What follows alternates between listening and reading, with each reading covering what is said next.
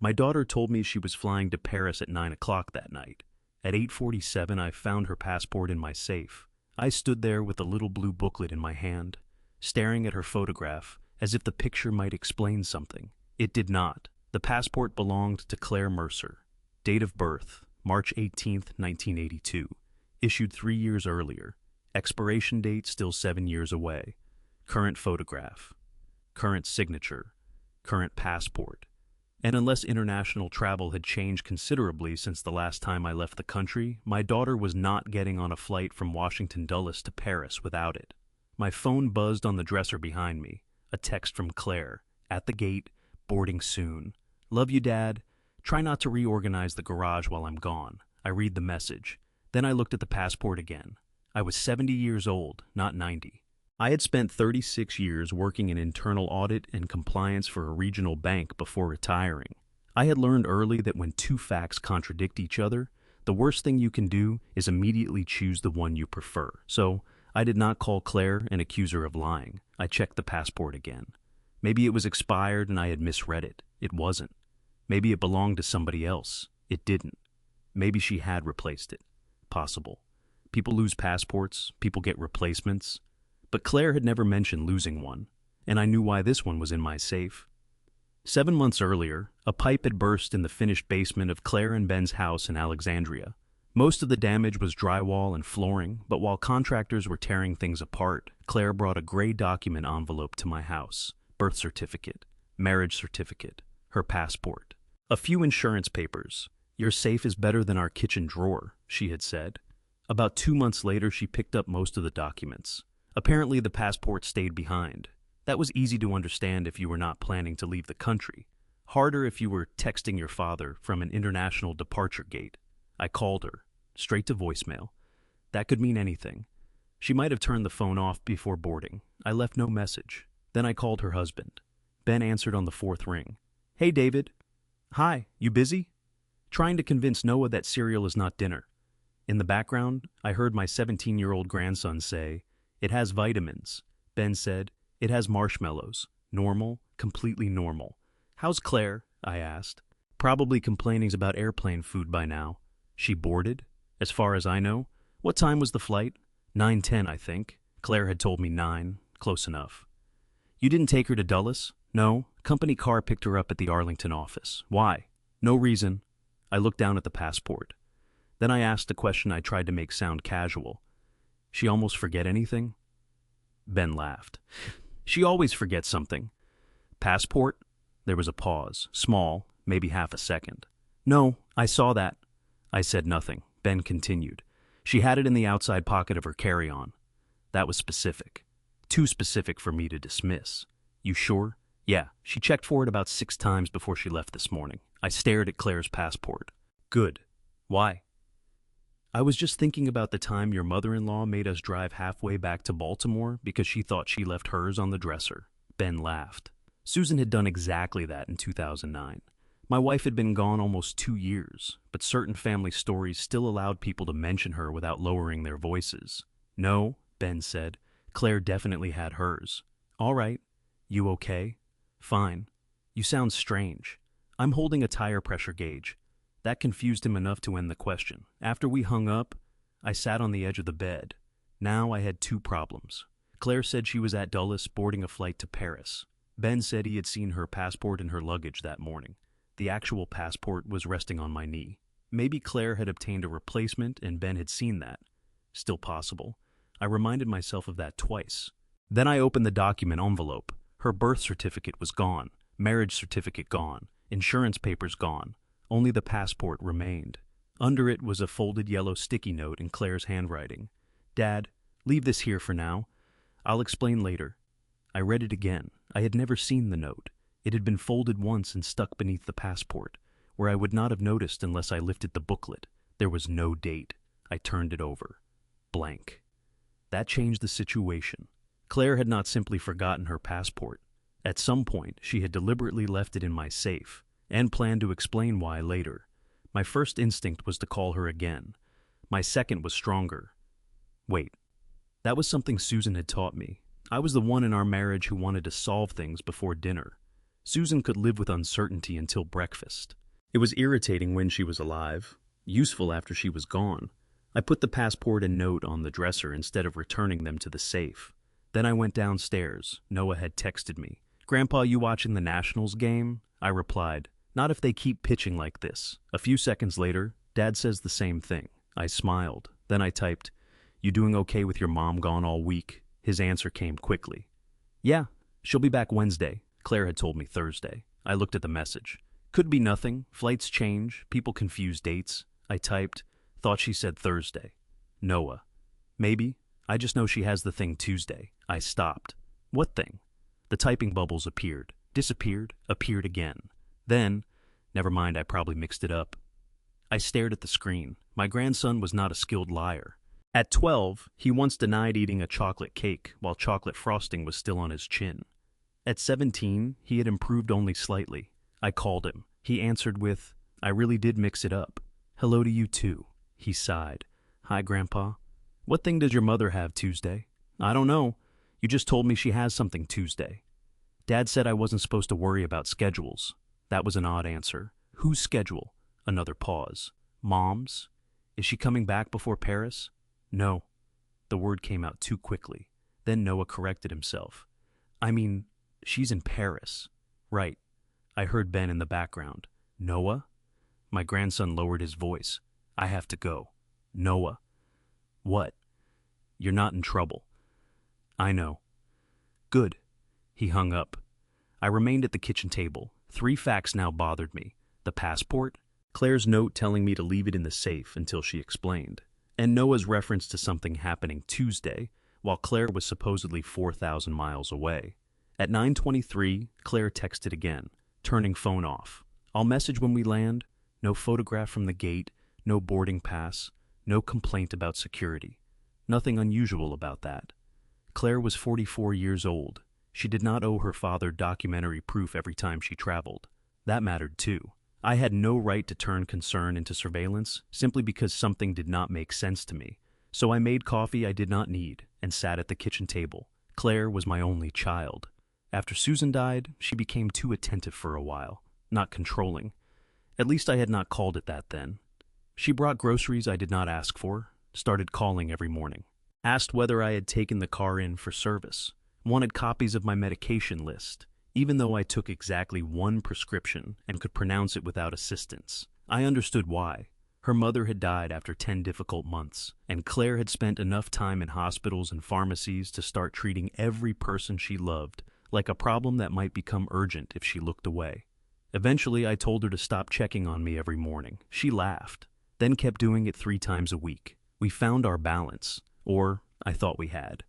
There had been a few moments over the previous year when I caught her watching me differently. Once when I misplaced my truck keys and found them 20 minutes later in the pocket of a jacket I had forgotten wearing. Once when I paid the same landscaping invoice twice because I entered one payment online and mailed a check I had already written. The company returned the second payment. Claire heard about it and asked 3 separate questions about how it happened. I became annoyed. She became defensive. Susan would have told both of us we were making a small problem larger because neither wanted to admit what we were actually afraid of. Claire was afraid I was getting older. I was afraid she had begun seeing age every time I made an ordinary mistake. At 10:15, I went back upstairs and looked at the passport again.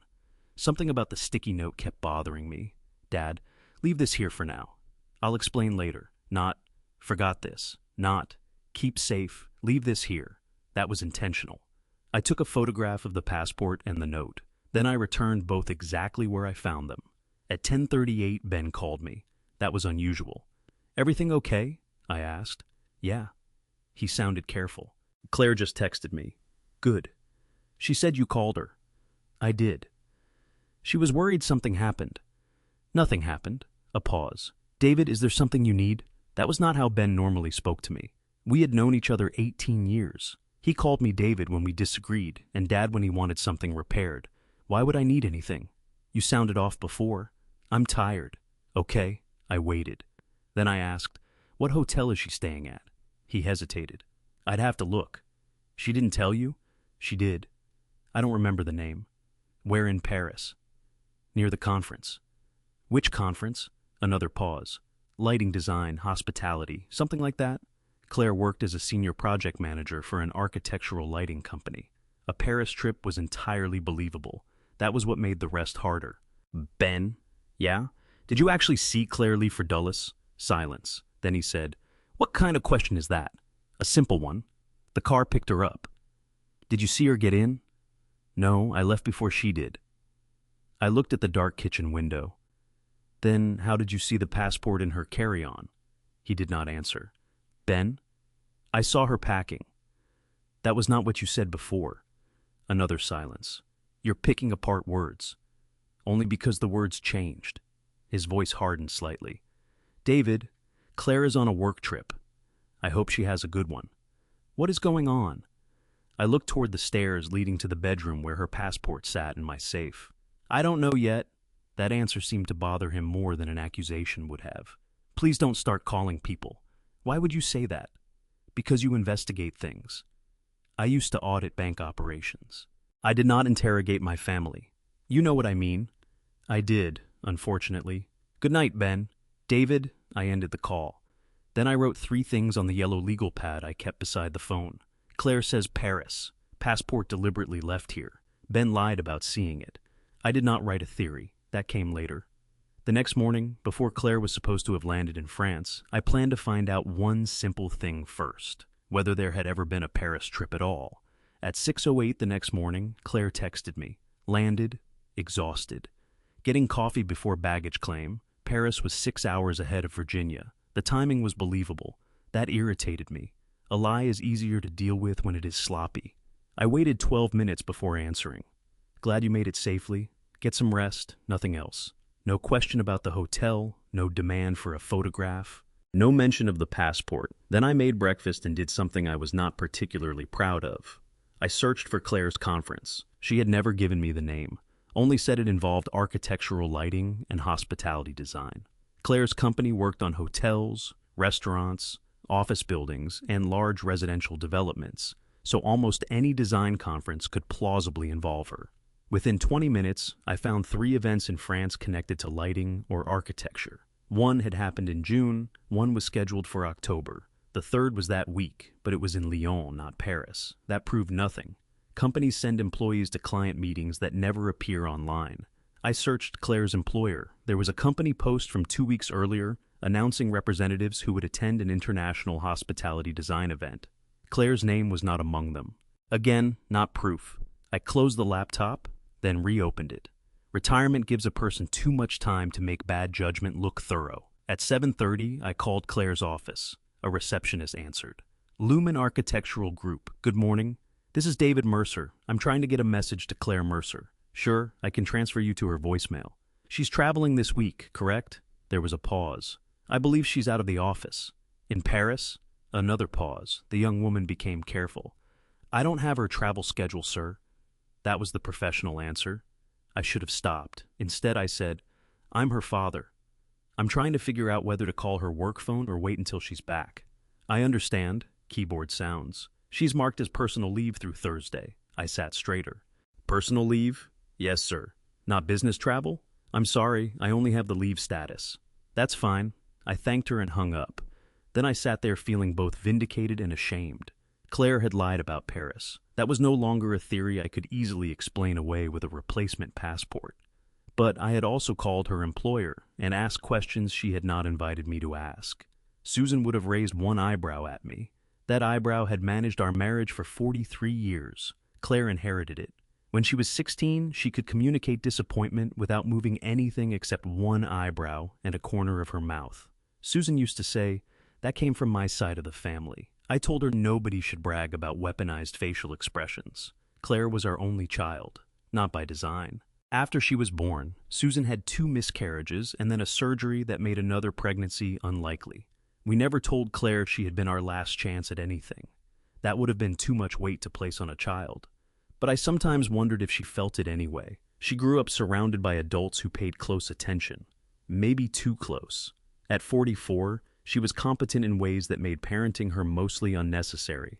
She had been married to Ben for 18 years, raised Noah without turning him into either a delinquent or a motivational speaker, built a career, managed contractors, negotiated budgets larger than the value of my house. She did not need her father checking conference schedules. That was why the lie bothered me so much. Claire did not normally lie because she needed freedom from me. At least, I had not believed she did. Susan's illness changed all of us. Ovarian cancer, stage 3 when they found it. Surgery, chemotherapy, a period where we thought we had gained real ground, then recurrence. 10 months from diagnosis to the day Susan died. I handled the practical side because practical things were the only ones I could control. Medication schedules, insurance approvals, appointment calendars, lab results, diet, transportation, a notebook beside Susan's chair where I recorded temperature, blood pressure, nausea, fluid intake, questions for the oncologist. I was good at it. People told me so. Claire once did not. It happened about 4 months into treatment. Susan had spent a bad afternoon on the couch, and I was trying to convince her to eat half a bowl of soup because I had written down how little she had eaten that day. Claire took the bowl from me. "Dad, stop! She needs calories. She needs you to stop turning dinner into another treatment." I became angry. Not screaming. I rarely scream. That probably made me more irritating. I'm trying to keep track of what's happening. I know. If we don't track it, the doctor can't adjust anything. I know. Then what exactly do you want me to do? Claire looked toward her mother. Ask Mom. I did. Susan said she did not want the soup, so I took it away. I remembered being offended for the rest of the evening. Not because Susan refused food, because Claire had suggested that my help might sometimes feel like pressure. After Susan died, I decided never to become one of those widowers whose child had to manage every part of his life. I paid my own bills, kept the house, drove, cooked badly but safely, took 1 blood pressure pill every morning, played golf twice a month when my knee allowed it. That independence mattered to me, maybe more than it should have. Around 10, Ben called. I talked to Claire. I waited. She said she messaged you after landing. She did. So, everything okay? No. Silence. I looked at the legal pad. Claire's office says she's on personal leave. Ben did not answer. I also have her passport. Still nothing. She left it in my safe months ago, Ben finally said. David. There's a note under it in her handwriting telling me to leave it there until she explains. He exhaled. Okay. Okay, what? I need to talk to her. You already talked to her. I need to talk to her again. Is Claire safe? Yes. That answer came immediately. Is she in France? Silence. Ben. She's safe. That is not the question. I know. Is she in France? Another pause. No. I closed my eyes. Hearing the answer did not give me the satisfaction I expected. Where is she? I promised I wouldn't tell you. I stood. Why? Because she asked me not to. That is not a reason. It is to me. Ben, my daughter told me she boarded an international flight she was never on. I know. You lied to me about seeing her passport. Yes. Why? Because she asked me to help keep the story simple. I laughed once. The story. Bad choice of words. No, accurate. Ben lowered his voice. No one is trying to hurt you. Then stop deciding what I'm allowed to know. He became quiet. That sentence sounded more emotional than I intended. I took a breath. Is she having trouble at work? No. Is she in legal trouble? No. Is your marriage in trouble? No. Did something happen to Noah? No. Money? No. Then what? I can't tell you. Can't or won't. Won't. I appreciated the honesty even while resenting it. When is she coming home? Wednesday or Thursday? Noah said Wednesday. He doesn't know exactly. Where is she sleeping? Somewhere safe. Is she alone? Ben hesitated. No. That answer changed my thinking. Who is with her? I'm not doing this. I sat again. Are you with her? No. Family? You are her family. That was not what I asked. Ben sighed. David, please give her until Tuesday. There it was. Tuesday again. What happens Tuesday? Silence. Ben, she'll tell you. When? After? After what? I'm asking you to trust her. I looked at Claire's note on my photograph. Leave this here for now. I'll explain later. Later again. What if I don't? Ben sounded tired. Then you'll probably do exactly what she was afraid you'd do. That stopped me. What is that supposed to mean? Start investigating. I said nothing. Because I had called her office less than 3 hours earlier, Ben continued. You'll make lists. You'll verify everything. You'll start calling people until there's no space left for her to handle something privately. I felt my face get hot. That is not fair. Maybe not. Claire lied to me. Yes. You lied to me. Yes. And I'm supposed to be embarrassed because I noticed? No. Then what? Ben was quiet for several seconds. She didn't think you wouldn't notice. That surprised me. What? She knew the passport was at your house. I looked toward the stairs. She knew? Yes. Then why use Paris? I told her it was a bad idea. What did she say? Ben hesitated. She said you probably wouldn't go into the safe this week. That hurt in a way I did not expect. Not because she had called me forgetful, because she had calculated around my routine. Why would I go into it? I don't know. Neither did she. No. I thought about why I had opened the safe. My homeowner's insurance renewal had arrived that afternoon, and I wanted the original roof replacement receipt because the insurer had the wrong installation year in its records. Nothing Claire could have predicted. Chance had opened the door. Observation had done the rest. Does Noah know where she is? Yes. Does he know why? Some of it. And you made him lie to me. We didn't make him. You told him not to tell me. Yes. That is asking a 17-year-old to lie to his grandfather. Ben became defensive. It was Claire's information. Then you should have told him to say that. What? Grandpa, Mom asked me not to discuss it. That is a boundary. Pretending she's in Paris is a lie. He was quiet. I had spent enough years in compliance rooms to know the difference mattered even when people thought it was semantic. A boundary tells you where access ends. A lie replaces the thing behind the boundary with something false. The first may frustrate you. The second makes you doubt everything around it. At 11:30, I drove to Alexandria. I did not tell Ben I was coming. That was mistake number one. I told myself I wanted to see Noah. That was partly true. He and I usually had lunch together once or twice a month during the summer. School had started again, but that morning he had a late arrival because of teacher meetings. When I pulled up, his old Honda was still in the driveway. So was Ben's SUV.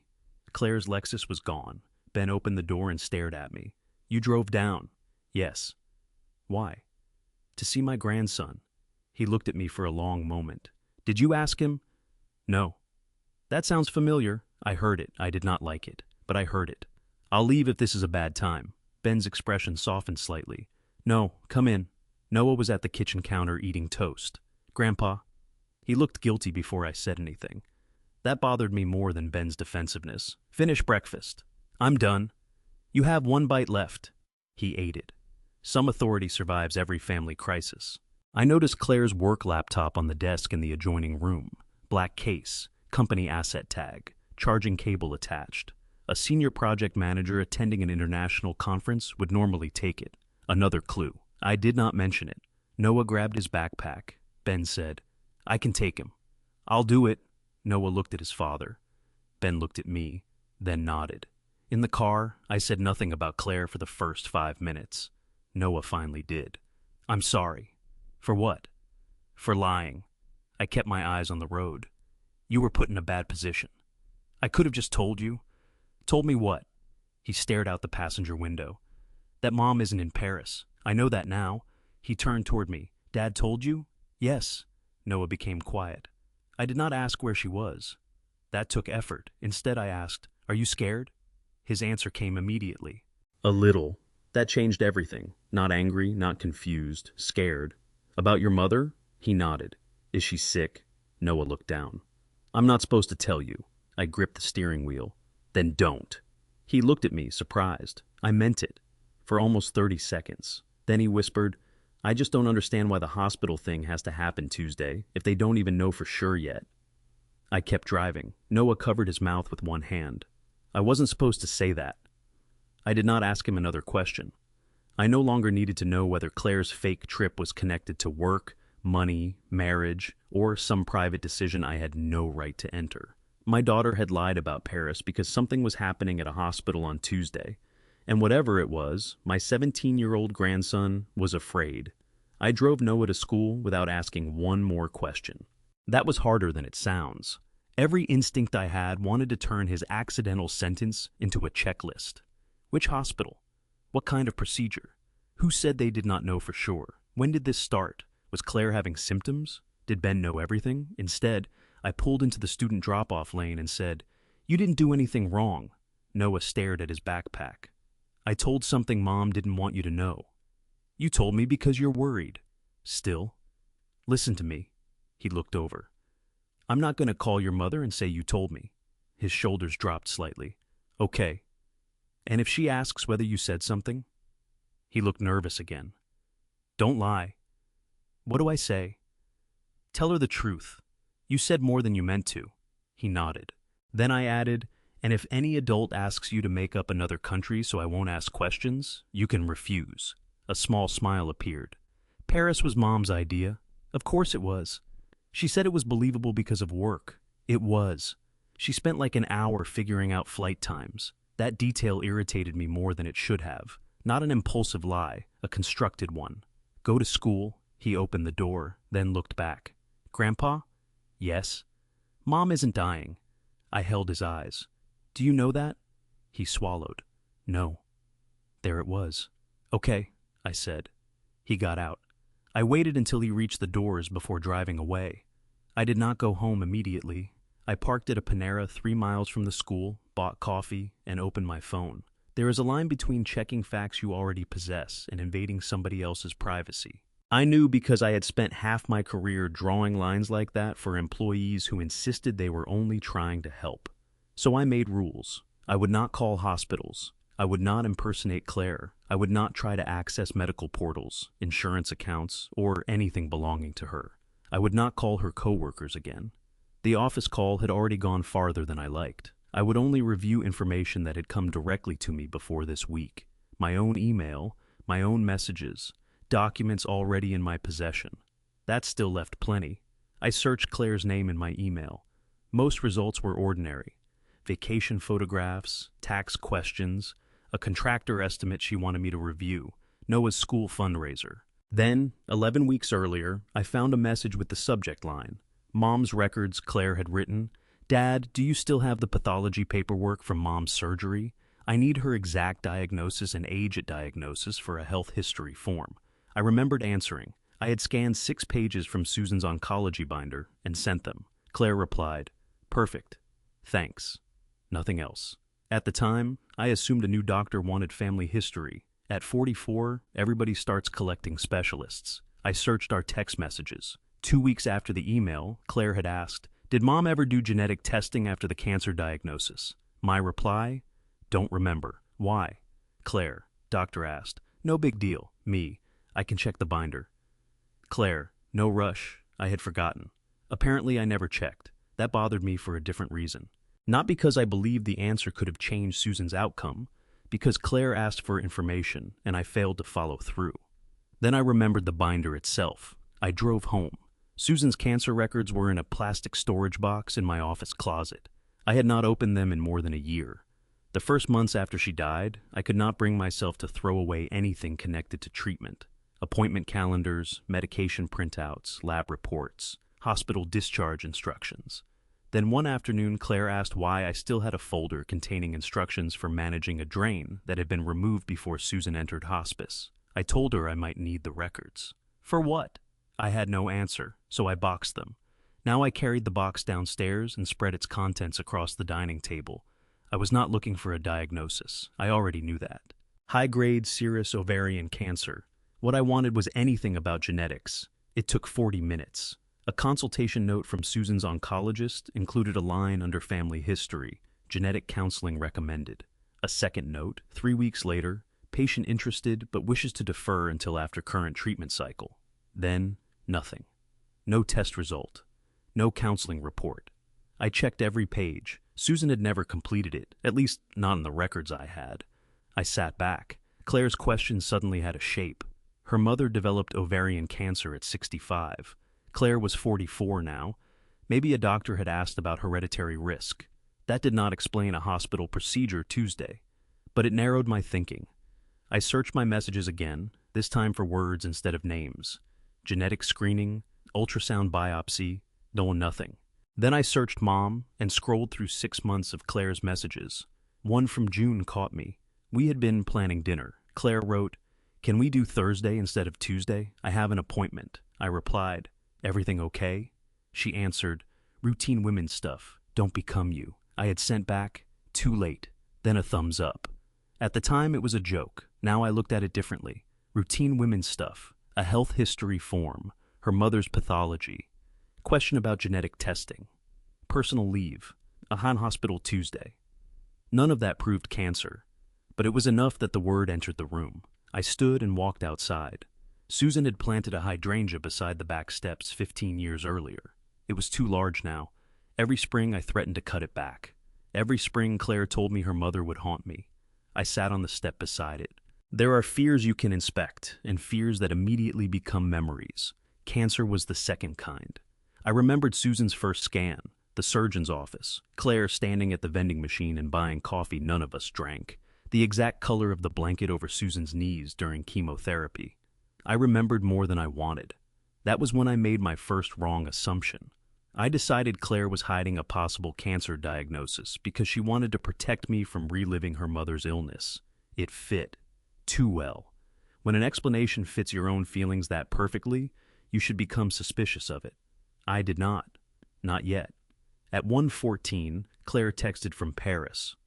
"Hotel room is tiny. Conference starts tomorrow.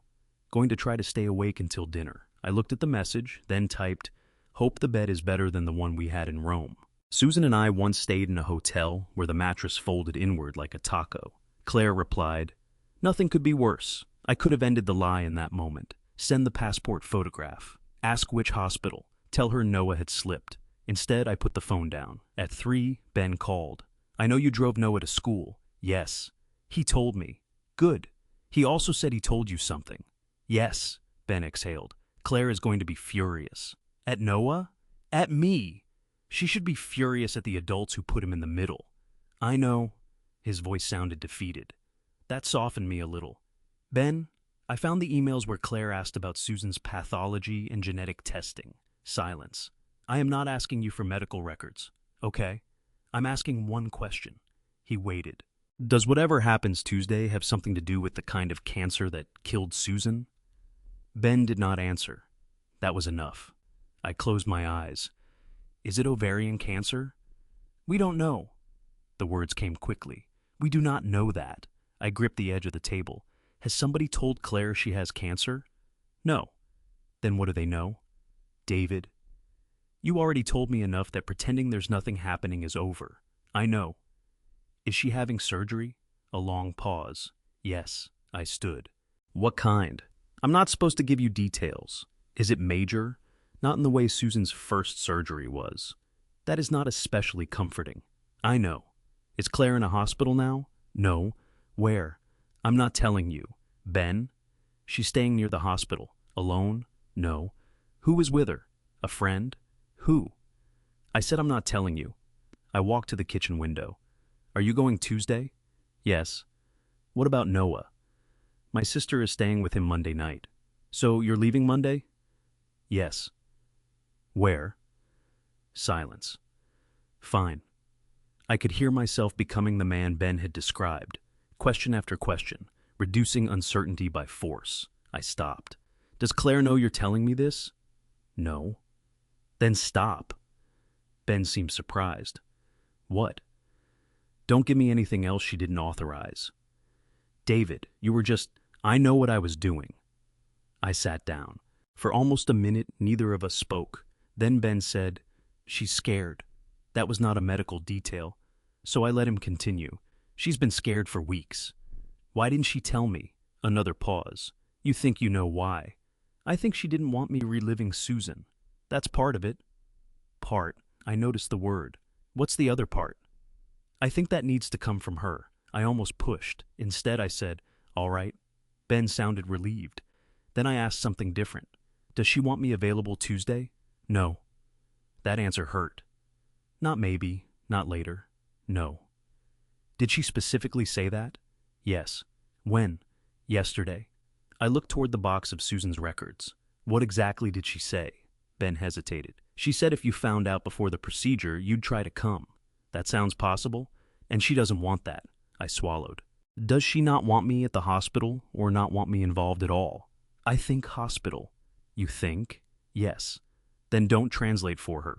Ben became quiet. Fair? That afternoon I did something more difficult than finding another clue. I stopped. I put Susan's records back in the box. I returned Claire's passport to the safe. I did not call the hospital. I did not drive toward Baltimore, Richmond, Philadelphia, or any of the other places my mind had started assigning to the mystery.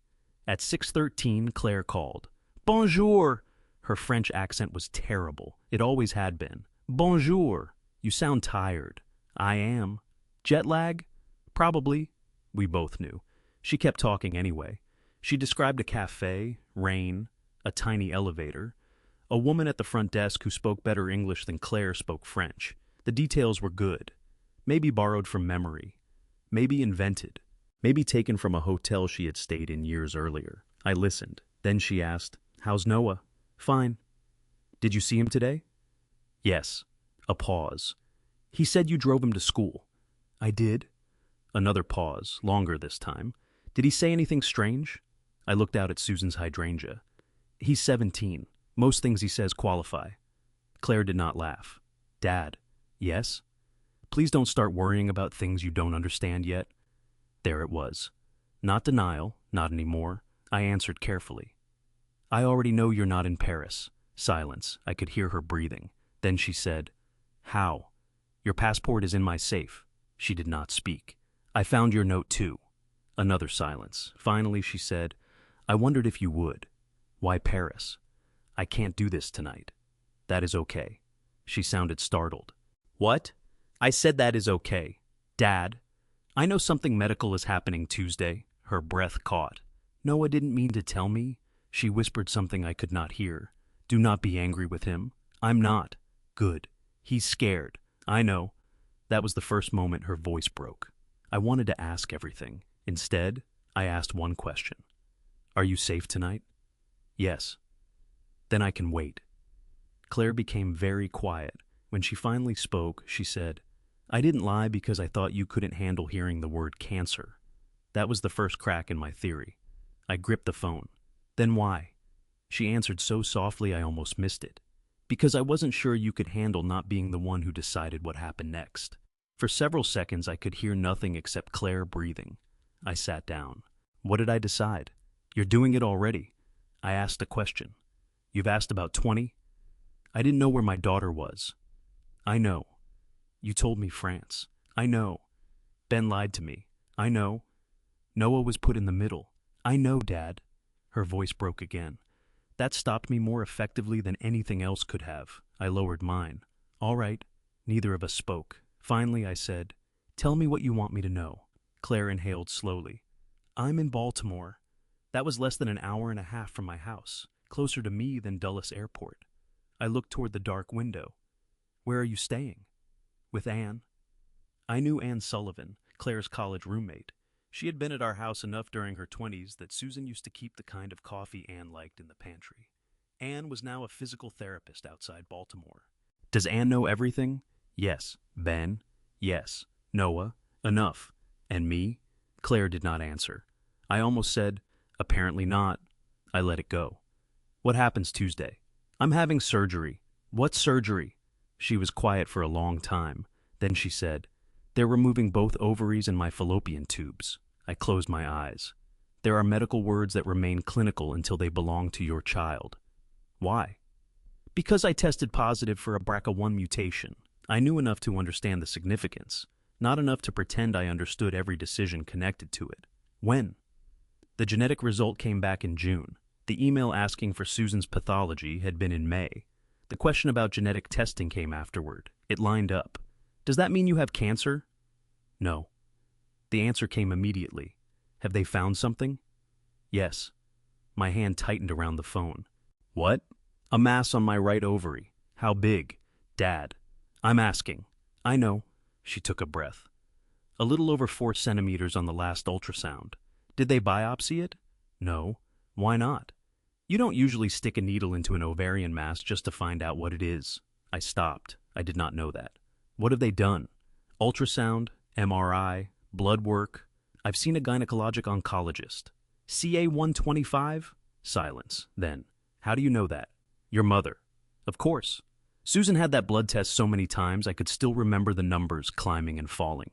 Yes, Claire said. They checked it. What was it? Dad? Claire. That number doesn't diagnose this by itself. I know. No, you know how it behaved with Mom. Fair. What was yours? She sighed. Elevated enough that they care. Not elevated enough that anybody is telling me I have cancer. That was not the clean answer Fear wanted. What does the MRI show? Indeterminate. What does that mean? It means they don't know. Noah's words came back. They don't even know for sure yet. So Tuesday is to find out. Partly. What's the other part? Claire became quiet. The BRCA result changes things whether the mass is cancer or not. I waited. She continued. At my age, because I'm done having children, removing the tubes and ovaries was already something the genetic counselor and doctor wanted me to consider. You decided that in 6 weeks? No. How long? Longer than that. I caught the wording. How much longer? Dad, please. That meant there was another timeline I did not know. I made myself change the question. Do you understand what they're planning to do Tuesday? Yes. Do you feel comfortable with the surgeon? Yes. Did you get another opinion? She became silent. That silence told me what I was doing before she said it. See? What? This. I asked whether you got a second opinion. You learned about this 5 minutes ago and you're already checking whether I did it correctly.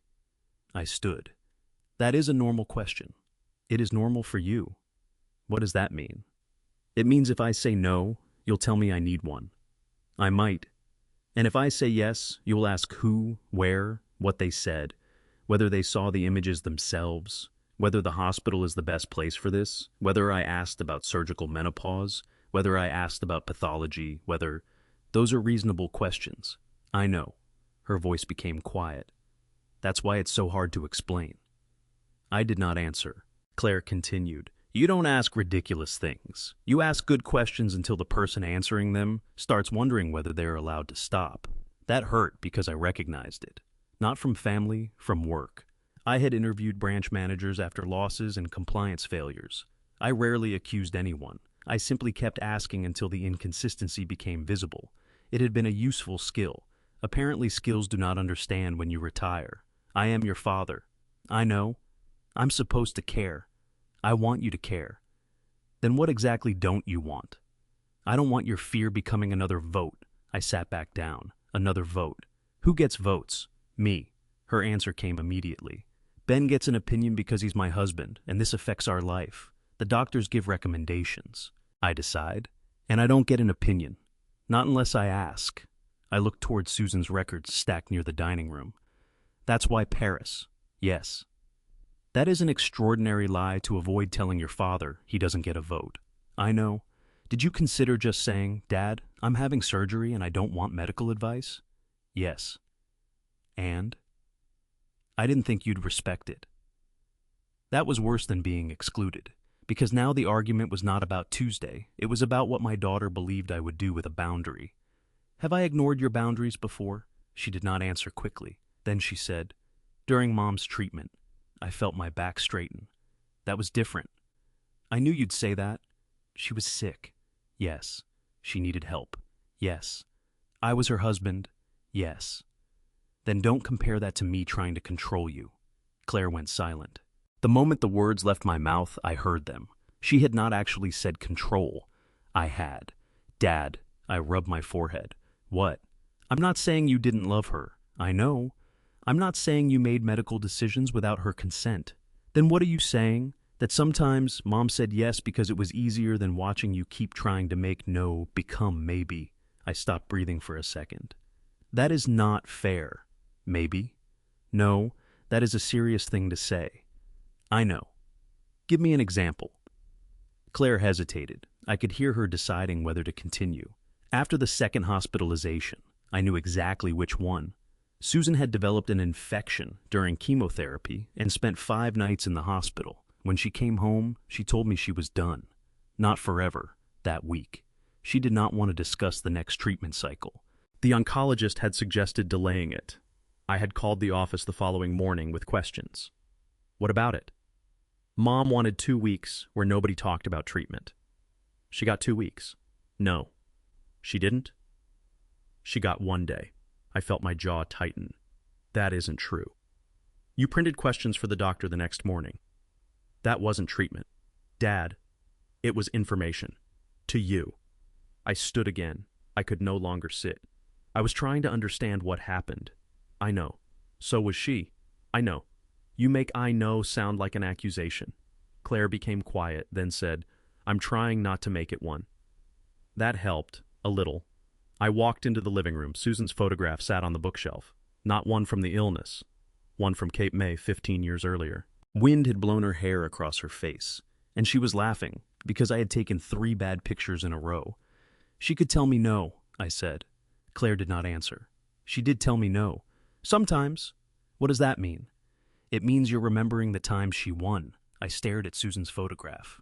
Won. Bad word. No, keep going. Claire sighed. I don't want to talk about Mom like you were opponents. Neither do I. That's not what I mean. Then what do you mean? She loved you. She trusted you.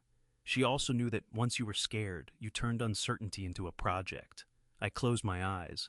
A notebook beside Susan's chair. Temperature, medication, fluid intake, questions. There were worse ways to love a sick wife.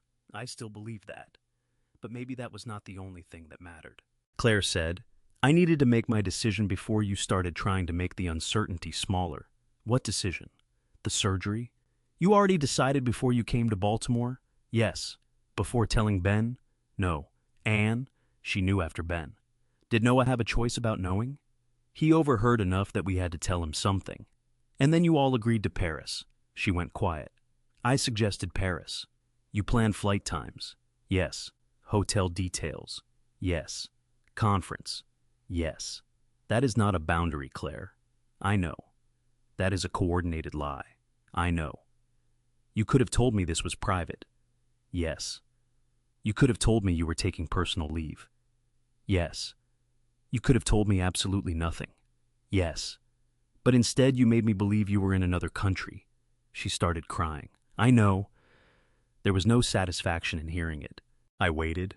Then she said, I was afraid if you knew there was even a chance of ovarian cancer, Mom would happen all over again. I gripped the back of a chair. That sounds like protecting me. Not just you. Him? No. Who? Me? The answer was immediate. I remember what the house felt like when Mom was sick. Every envelope mattered. Every phone call meant something. Every number became a decision. I watched you turn fear into work because that was how you survived it. I said nothing. I can't do that right now. So you built a fake trip. Yes. To give yourself 4 days where I couldn't come. Yes. Why not tell me after the surgery? I was going to.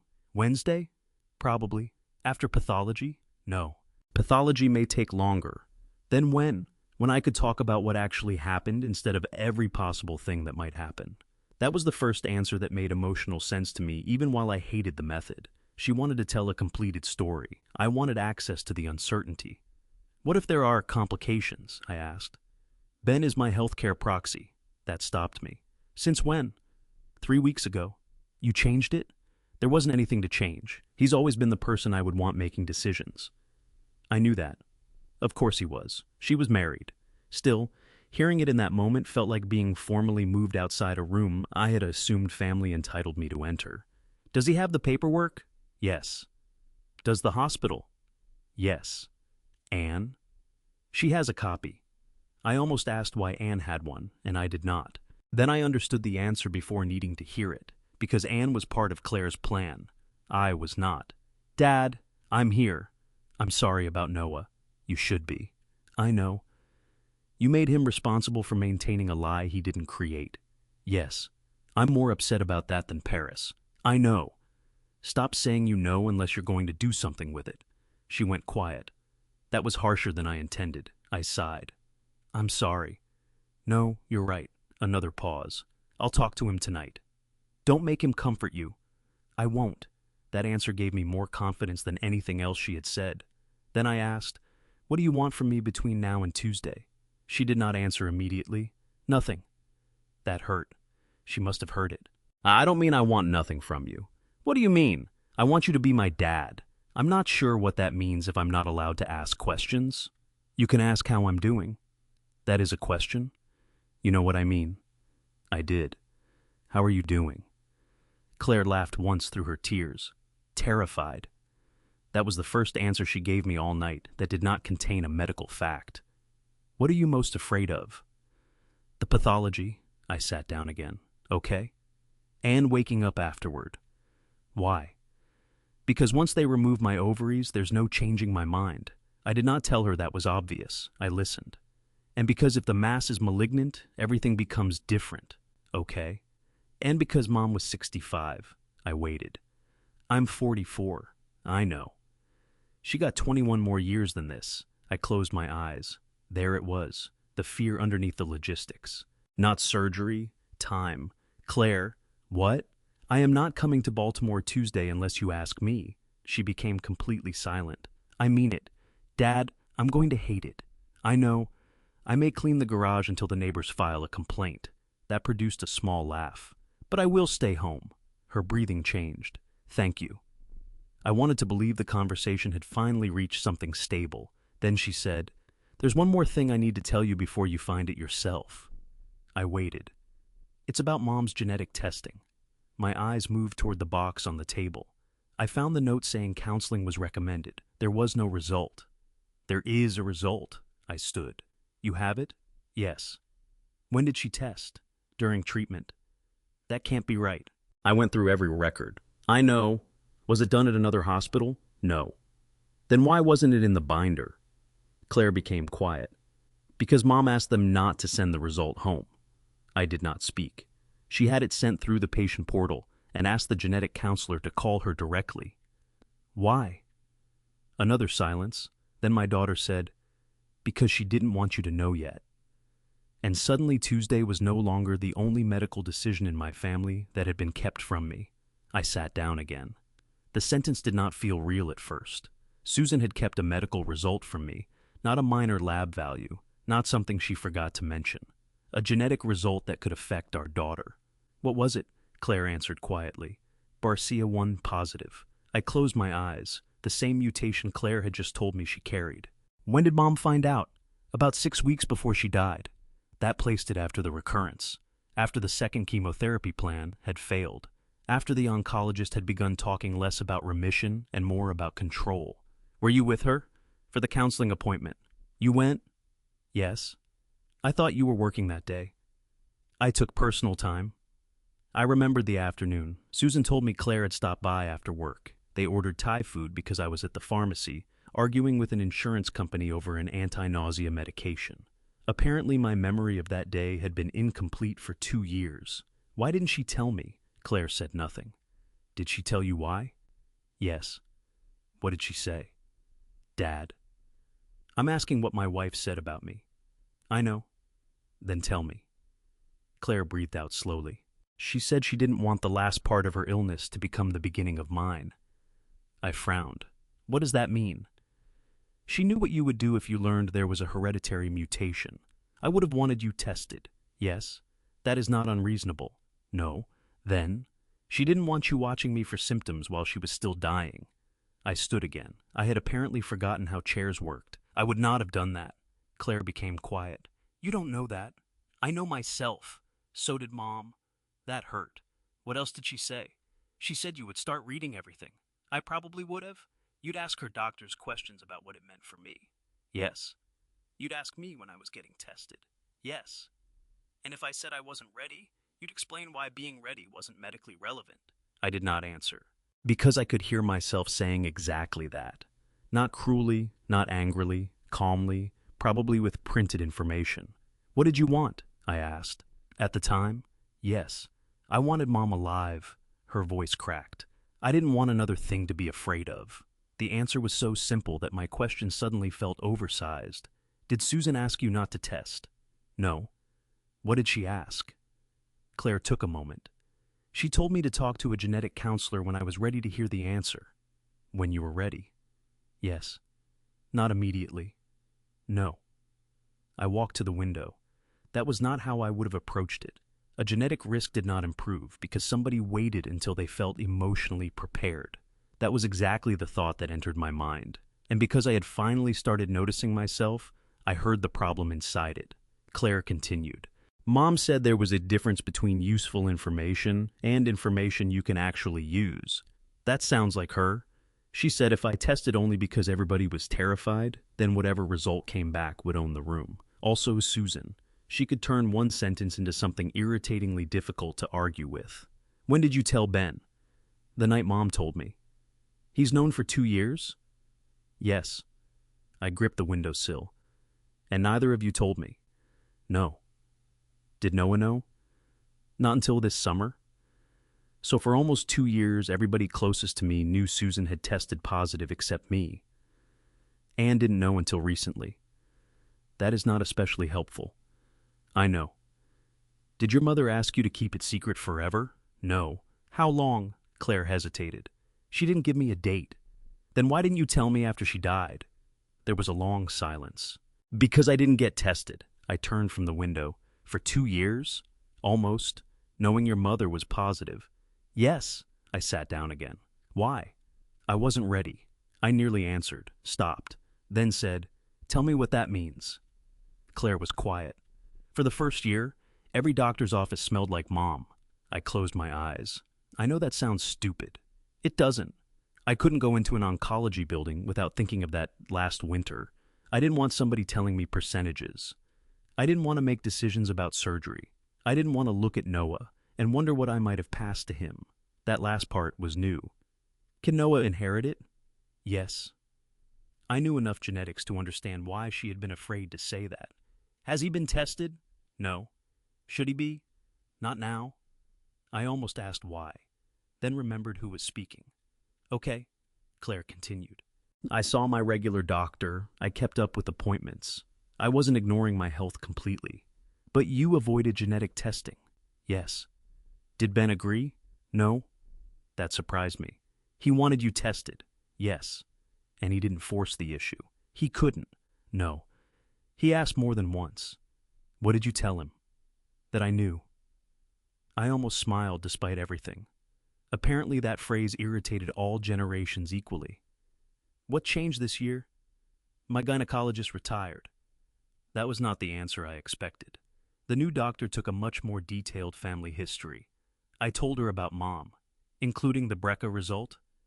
Yes. What did she say? She recommended genetic counseling. And you went? Eventually? How long is eventually? 6 weeks, not 2 years. 6 weeks. Progress in Claire's terms. The result came back positive in June? Yes. And then they found the ovarian mass. Not exactly. I waited. I had already been having some pelvic discomfort. My chest tightened. For how long? A couple months? Why didn't you tell me? She exhaled. Dad. Right. I forced myself to stop. She continued. My doctor ordered an ultrasound because of the symptoms and family history. The genetic result came back around the same time. So 2 separate things converged. Yes. That's why they moved quickly. Yes. Do they think the mass is related to the mutation? They don't know. There it was again. Uncertainty. The thing my mind hated most. I heard papers moving on her end. Where are you right now? Anne's kitchen. Is she there? Upstairs. Did she know you were calling me? Yes. Ben? Yes. Did you all discuss what you were going to tell me? A pause. Yes. That irritated me. Was there a script? No. Did Anne tell you what to say? No. Ben? No. I stopped. That was me doing it again. I rubbed my forehead. Sorry. Claire said nothing. I'm trying. I know. This time it did not sound like an accusation. I asked, Do you have Mom's actual result? Yes. Can I see it? Another pause. Why? The question annoyed me instantly. Then I realized it was reasonable. Because she was my wife. That's not a medical reason. No. Because you want to verify what I'm telling you? That hurt. No. I thought about it. Maybe partly. Claire was quiet. I corrected myself. I want to see something she knew that I didn't. There, that was closer. She gave me a printed copy, Claire said. When? The same day. Did she write anything on it? No. Did she leave a letter? No.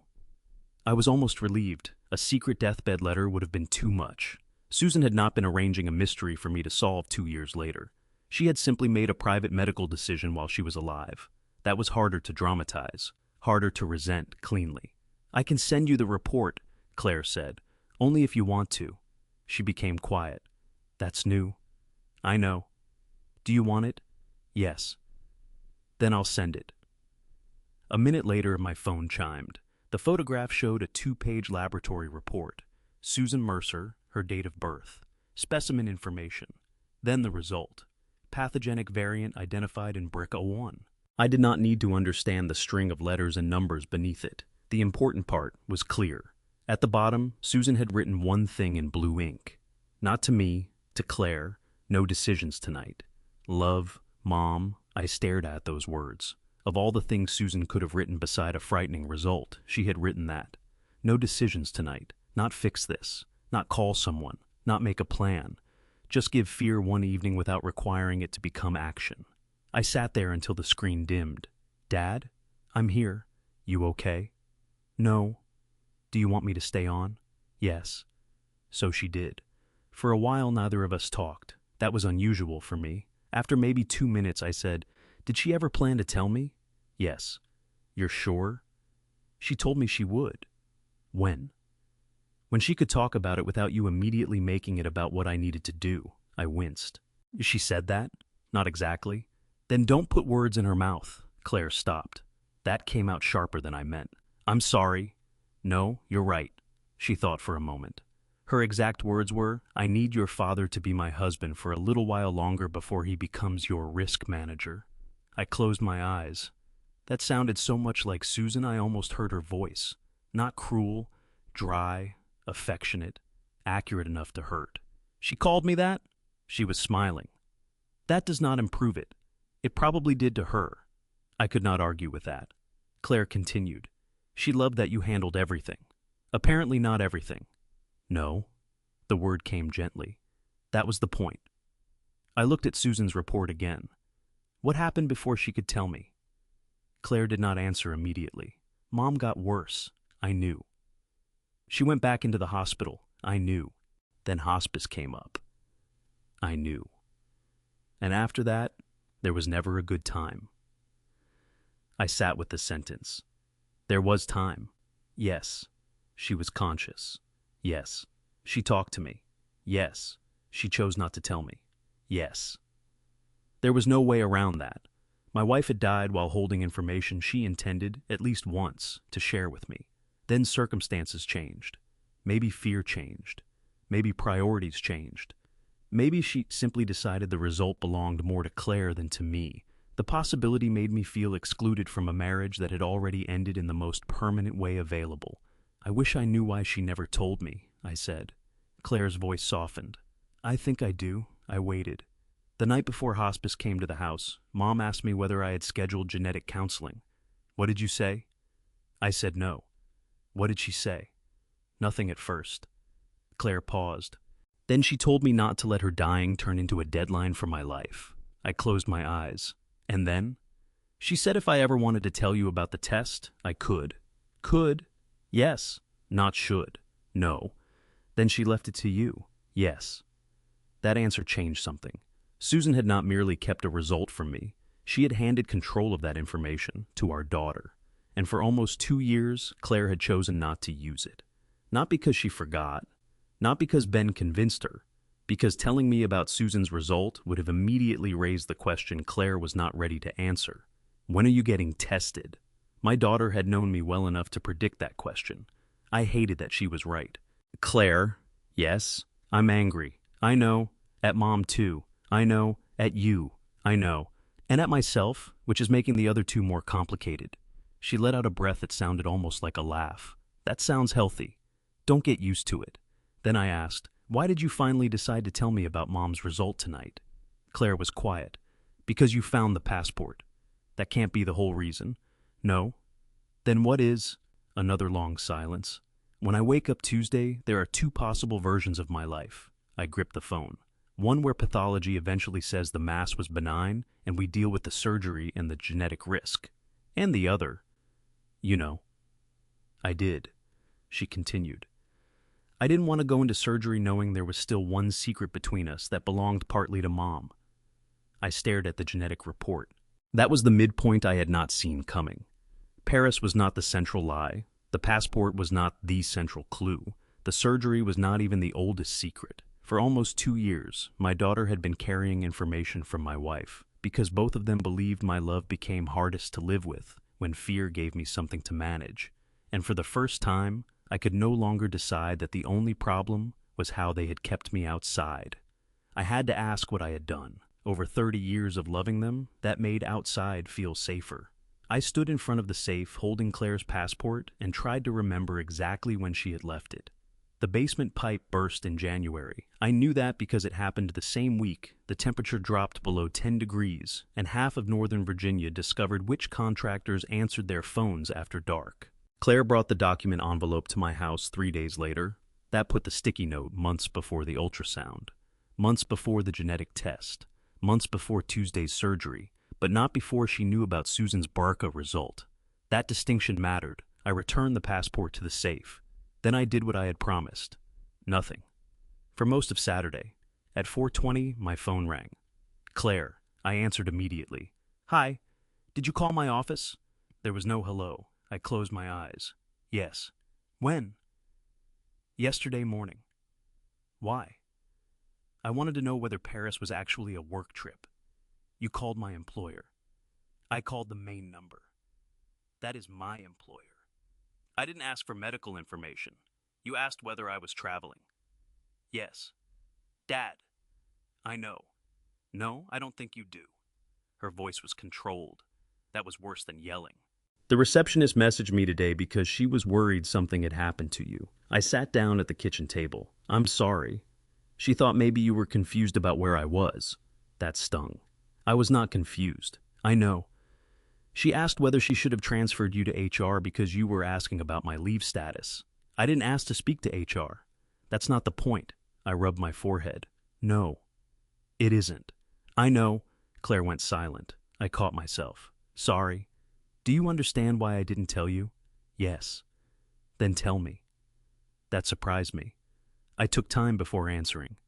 Because once I knew there was something wrong, you believed I would start trying to verify things outside the information you chose to give me. Yes. And I did. Yes.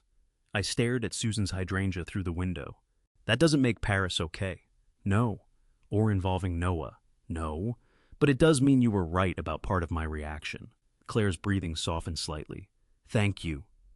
I hated how much that thank you cost. Then she said, I'm not calling tomorrow. I had forgotten about the Sunday call until that moment. Okay. I need tomorrow to get myself ready. I understand. And Ben is still sending you one message after surgery. Yes. No calls to the hospital. I won't. No calling Anne for updates. I won't. No asking Noah to tell you things. I haven't. I know. This time her phrase carried no criticism. I hesitated, then said, I noticed something about the passport. Claire became still. What? The note under it is from January. She did not answer.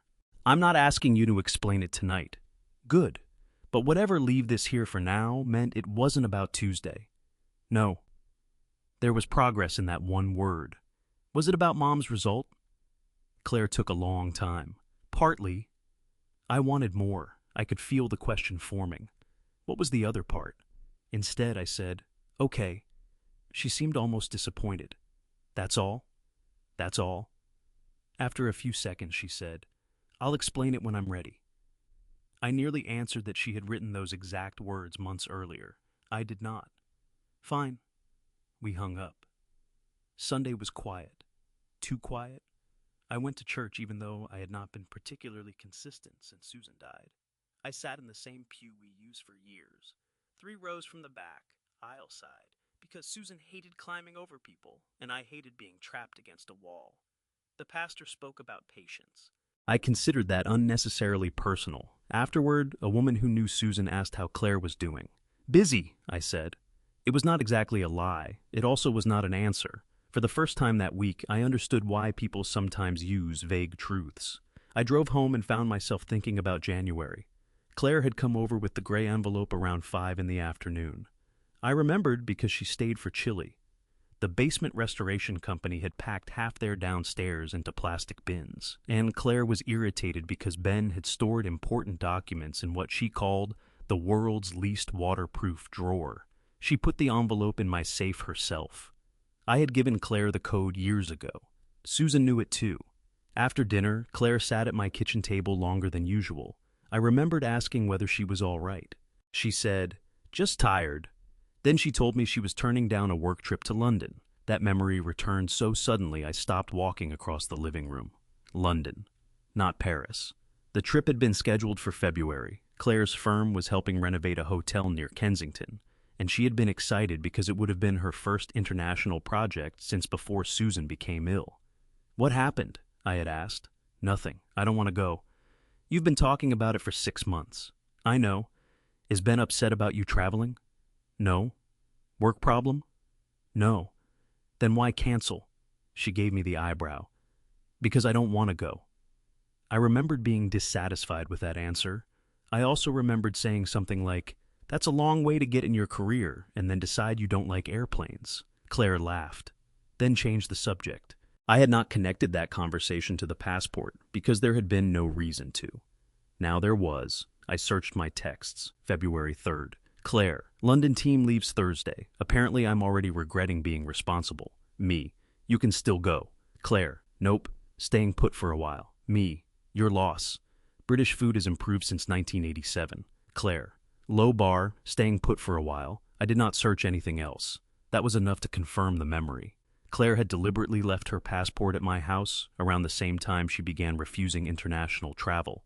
Not because she was sick. Not because a mass had been found. Something had already changed. Monday afternoon arrived slowly. At 1:30, Noah called. Dad left. For Baltimore? Yeah. Who's with you? Aunt Rachel's coming after work. Ben's sister. Until then? I'm 17, Grandpa. That is not an answer. I'm home. Doors locked? Yes. Did you eat? He sighed. Yes. What? Why does it matter? Because cereal is not dinner. That was Dad. Good rule. He became quiet. Mom called. How is she? Nervous? I waited. Noah said, You can ask. No. He sounded confused. You don't want to know? Of course I do. Then why aren't you asking? Because your mother asked me not to use you for information. He was quiet for several seconds. That's weird. Why? You always ask me stuff. I'm still asking whether you ate. That's different. Yes. Then Noah said, She told me she's sorry about Paris. That's between you and her. I told her it was stupid. I smiled. How did that go? She agreed. Good. Noah lowered his voice. Grandpa, if something bad happens tomorrow, are you really not coming? My chest tightened. If your dad calls and says your mother needs me, I'll come. What if he doesn't? Then I won't. That sucks. Yes. I thought adults were supposed to show up. We are. Then why? Showing up is not always arriving somewhere. He went quiet. That sentence sounded more polished than I felt. I tried again. Your mom has people there she chose. My job is not to replace them because I'm scared. Are you? Yes. How scared? Enough that I cleaned the refrigerator coils this morning. He laughed.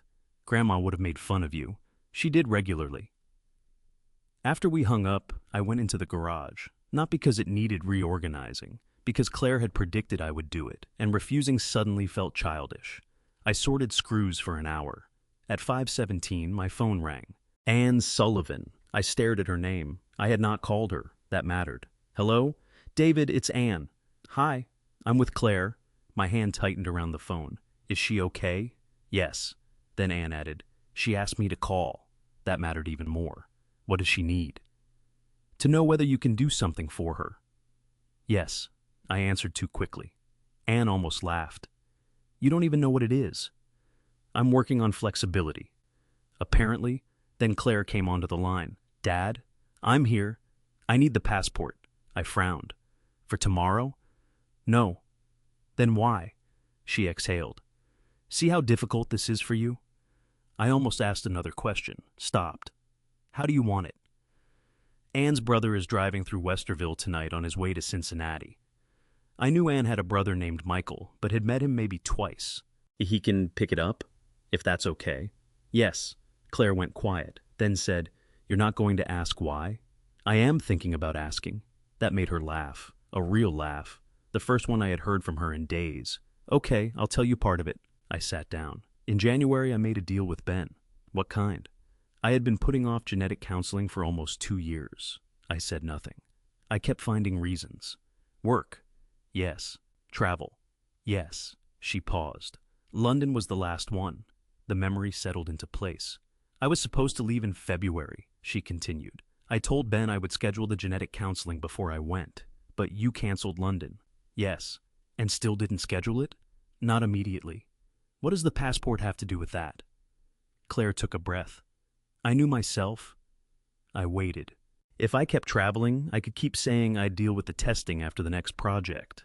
So you left the passport with me. Yes. To stop yourself traveling. Not literally stop me. I could have come and gotten it. But getting it back would force a conversation. Yes. I looked toward the stairs. The safe upstairs suddenly felt different. Not a hiding place, a speed bump. Claire continued. I wrote the note because I knew if you found it, you might call and say, Claire, you forgot your passport. That is exactly what I would have done. I know. So you wrote, leave it there. Yes. And I'll explain later meant the genetic test. Eventually. Why my safe? Because it was somewhere outside my house where I couldn't grab it on the way to the airport. I smiled despite myself. You could have given it to Anne. She would have given it back if I asked. And I wouldn't. You would ask why. There was no flattering interpretation of that. There was also affection inside it. She knew what I was, and somehow she had used it. So the passport was supposed to help you stop avoiding the test. Yes. Did it? Claire became quiet. Eventually. How eventually? May. 4 months, I almost commented. Did not. Then I understood the irony. The object Claire had deliberately placed in my safe to make it harder for herself to avoid a frightening truth became the object that exposed the lie she later invented to avoid telling me another frightening truth. You knew it was still here when you chose Paris. Yes. That was not your best planning. No. Why not say Chicago? Work sends me to Paris. It sounded natural. To everybody except customs. She laughed again. Then became serious. I need the passport because when this is over, I don't want it sitting there anymore. I heard something underneath that. What does that mean? It means I don't need you to hold it for me. I sat quietly. That hurt less than I expected. Maybe because she had asked rather than simply taken. Okay. Michael will text before he comes. I'll have it ready. Dad? Yes? Thank you for not coming tomorrow. I closed my eyes. I haven't earned thanks yet. Tomorrow hasn't happened. That is possibly the most honest thing you've said all week. After we hung up, I went upstairs. I took Claire's passport from the safe. I removed the sticky note. Then I hesitated. The note belonged to her too. So I put it inside the passport and set both in the gray document envelope. At 8:12, Michael Sullivan knocked on my door. I checked his driver's license because apparently growth has limits. Then I handed him the envelope. He smiled. Claire said you might do that. Your license? Yes, I sighed. Tell her I'm predictable. I think she knows. After he left, I stood beside the open safe. For 7 months, my daughter's passport had been inside it, because she wanted help keeping one decision difficult enough that she could not avoid it casually. She had trusted my stubbornness when it served a boundary she chose. Then, when the stakes became larger, she stopped trusting me to respect one she chose against me. That difference was painful, but at least I finally understood the passport. The next day would tell me whether I understood anything more important. Tuesday began at 4:36 in the morning. I know because I looked at the clock. Then again at 4:41. Then 4:49. By 5:10, I stopped pretending I was going back to sleep. I made coffee and stood in the kitchen with my phone on the counter. No messages. That was expected. Claire had not given me the surgery time. I had promised not to come to Baltimore. Ben had promised one message after she was in recovery. Those were the facts. Everything else was my imagination, trying to become information. At 6:15, I opened the refrigerator and noticed the light bulb flickering. I changed it. At 6:30, I tightened a cabinet hinge. At 7, I took apart the toaster because one side had stopped browning evenly. By 7:20, I had created a small appliance emergency where none existed. Susan would have enjoyed that. I could almost hear her. "If you dismantle the furnace, I'm coming back." I put the toaster back together. Then I walked outside. The hydrangea was starting to brown at the edges. Late summer, Susan used to cut the flowers and dry them in the garage. I never understood why anyone would take something that looked healthy outdoors and hang it upside down until it looked dead enough for decoration. She said I lacked imagination. I told her she lacked respect for decomposition. 43 years of marriage contained a lot of important things. It also contained arguments about dried flowers. Those were the things I missed most. At 8:12, Noah texted. "You awake?" I replied. "Since the invention of electricity," he called. "You know anything?" "No." "Dad hasn't texted." "No." "Did you call him?" "No." A pause. "Seriously?" "Yes." "That's kind of impressive." "I resent your surprise." He gave a nervous laugh. Then said, "I hate this." "So do I. What time do you think it is?" "I'm not guessing." "Why?" "Because then I'll turn the guess into a schedule, and the schedule into a problem." Noah became quiet. "Mom said you do that." "She has mentioned it." "I do it too." That surprised me. "What?" "I keep checking how long surgery usually takes." My chest tightened. "On the internet?" "Yeah." "What did you find?" "Different answers." "Of course." So that didn't help. "No." He breathed out. "What am I supposed to do?" I looked at the repaired toaster. "Go to school." "Grandpa?" "I'm serious. I can't focus." "You don't have to focus perfectly. You just have to be there." "That sounds stupid." "It may be. Try it anyway." He was quiet. Then said, "Aunt Rachel is taking me." "Good. Are you coming over?" "No." "Why not?" "Because if I sit beside you all day, we will make each other worse." He laughed, despite himself. "That's probably true." Before hanging up, I said, "If your dad sends you an update before he sends me one, that's okay." "What if he forgets you?" "He won't." "You sure?" "No." He sighed. "Great. But I'm not making you responsible for fixing it." That mattered. At 9:45, I drove to the grocery store. Not because I needed groceries, because if I stayed home, I was going to start timing silence. I bought milk, coffee, eggs, bread, and a bag of oranges that cost far more than oranges have any right to cost.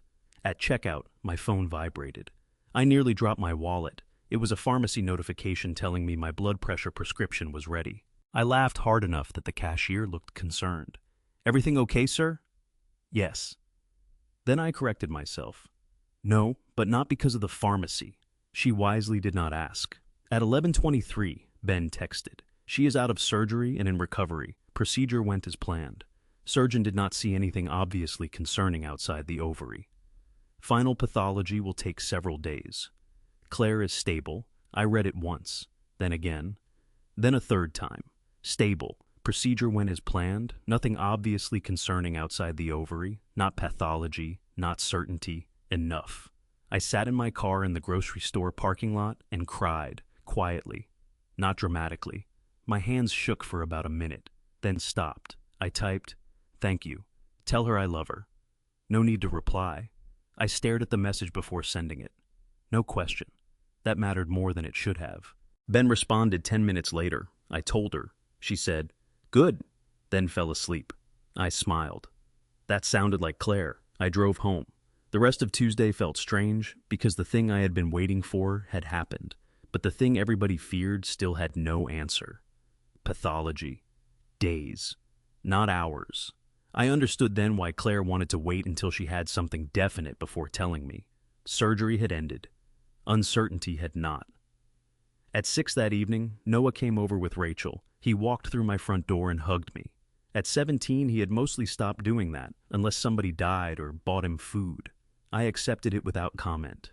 Rachel stayed long enough to make sure neither of us looked likely to collapse, then left. Noah sat at the kitchen table. "Dad says Mom's really tired." "That makes sense." She threw up. "I'm sorry." "He says that can happen after anesthesia." "Yes." I almost explained why. Stopped. Noah noticed. "You were about to tell me something." "Probably." "What?" "I forgot." "You're a terrible liar." "Genetic." That made him laugh. We ordered pizza. Afterward, he asked if I wanted to see a picture. Of what? Mom, my chest tightened. Did she say you could show me? Noah stared at me. I don't know. Then don't. He lowered the phone. Wow. What? You're really committed to this. I am trying not to get fired as a father. You can get fired? Apparently there's a review process. Noah smiled, then became serious. She looks okay. I'm glad. Pale. I'm sure. And kind of mad. At whom? Everybody? That also sounds healthy. We watched half a baseball game before Rachel picked him up. At 9:14, my phone rang. Claire, I answered on the first ring. Hi. Her voice was weak. Hi. How are you? Like somebody removed internal organs. That seems accurate. She gave a small laugh and immediately groaned. Don't make me laugh. I'll become less charming. Shouldn't be difficult. That was enough to tell me she was still herself. I wanted to ask about pain, nausea, incisions, what the surgeon saw, when pathology would be back, whether they had done frozen sections. Every question from the list I tore apart came back in order. I asked one, How are you doing? She was quiet for a moment. Scared. Still? Yes. Okay. I thought I'd feel relieved when surgery was over. So did I. But now I'm waiting on pathology. Yes. She breathed slowly. I hate waiting. So do I. Another silence. Then Claire said, You didn't call anybody today? No. Anne? No. The hospital? No. Ben said you didn't even ask what time? No. She was quiet. Thank you. I did not say she was welcome. That would have made basic respect sound like a favor. Instead, I asked, Did it help? Yes. That answer hurt and comforted me at the same time. Good. We talked for 12 minutes, not about medicine, mostly. She complained about the hospital socks. I told her they had been ugly since at least 1996. She said Ben was sleeping in a chair designed by somebody who hated husbands. I said hospitals preserve bad furniture as a matter of tradition. Then her voice grew tired. Dad? Yes? I think I understand something now. What? Why Mom did it. I knew immediately what she meant. Not cancer treatment. The BRCA result. Because she didn't want me asking questions? Partly. I waited. Claire continued. She wanted one thing that was hers. I did not understand. What thing? Uncertainty. That was the last word I expected. She wanted uncertainty? She wanted to be allowed to have it without making it useful for anybody. I sat back. Claire said, When Mom got sick, every unknown became something everybody needed to solve. That is generally what happens with illness. I know. But she told me once that being sick made people treat every unfinished thought like a problem. I stared at the wall. When did she tell you that? Near the end. What was she talking about? Claire was quiet. This hospice? My chest tightened. I said nothing. She had started thinking about stopping treatment before you knew. How long before? I don't know exactly. That answer came carefully. Days? More than days? Weeks? Maybe. I felt something cold settle in my stomach. You knew? Some of it. I stood. When? Dad. When did you know your mother was thinking about hospice? She didn't use the word at first. What did she say? Claire's breathing changed. I'm tired. I don't want to do this tonight. My instinct was immediate. You brought it up. There was a pause. Yes. The old argument was already forming inside me. If she had started the subject, I was entitled to finish it. That was exactly the habit we had been discussing. I sat back down. You're right. Claire said nothing. I'm sorry. It's okay. No. Finish only what you want to finish. She was silent for several seconds, then said, Mom told me she was tired of every decision becoming a family emergency. I swallowed. She said sometimes she wanted to say, I don't know if I want another treatment, without everybody acting like that was already a decision to die. I closed my eyes. I remembered those weeks differently. Susan becoming quieter, sleeping more, Claire visiting more often. Private conversations in the bedroom I assumed were mother-daughter things.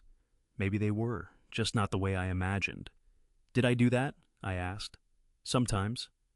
Act like uncertainty was a decision? Yes. How? If Mom said she didn't know whether she wanted another round, you started explaining what the doctor said about percentages. That was information. I know. I almost laughed. We were both learning to hear that phrase. Claire continued, Mom said sometimes she needed to say something out loud before knowing whether she meant it. That sounded familiar in a way that made me uncomfortable. Susan used to talk through vacations like that. Furniture, whether to retire, whether to move after Claire left home. She could say, maybe we should sell the house on Tuesday and defend keeping it for another 20 years by Friday. I always treated the Tuesday statement like a proposal. Maybe illness had not changed that. Maybe I had. What does that have to do with the genetic result? I asked. She didn't know what she wanted to do with it yet. It affected you. Yes. That made it time sensitive. To you, I stopped. Claire was right. I was already converting Susan's result into Claire's deadline. Even now, 2 years after the woman died. I see it, I said. What? What I just did. Claire let out a tired breath. Good. We were quiet. Then she said, the Paris lie was wrong. Yes. I know that. Good. But there's something I need you to understand before we talk about Mom anymore. I waited. I didn't lie because I wanted to keep you out of my life. I know.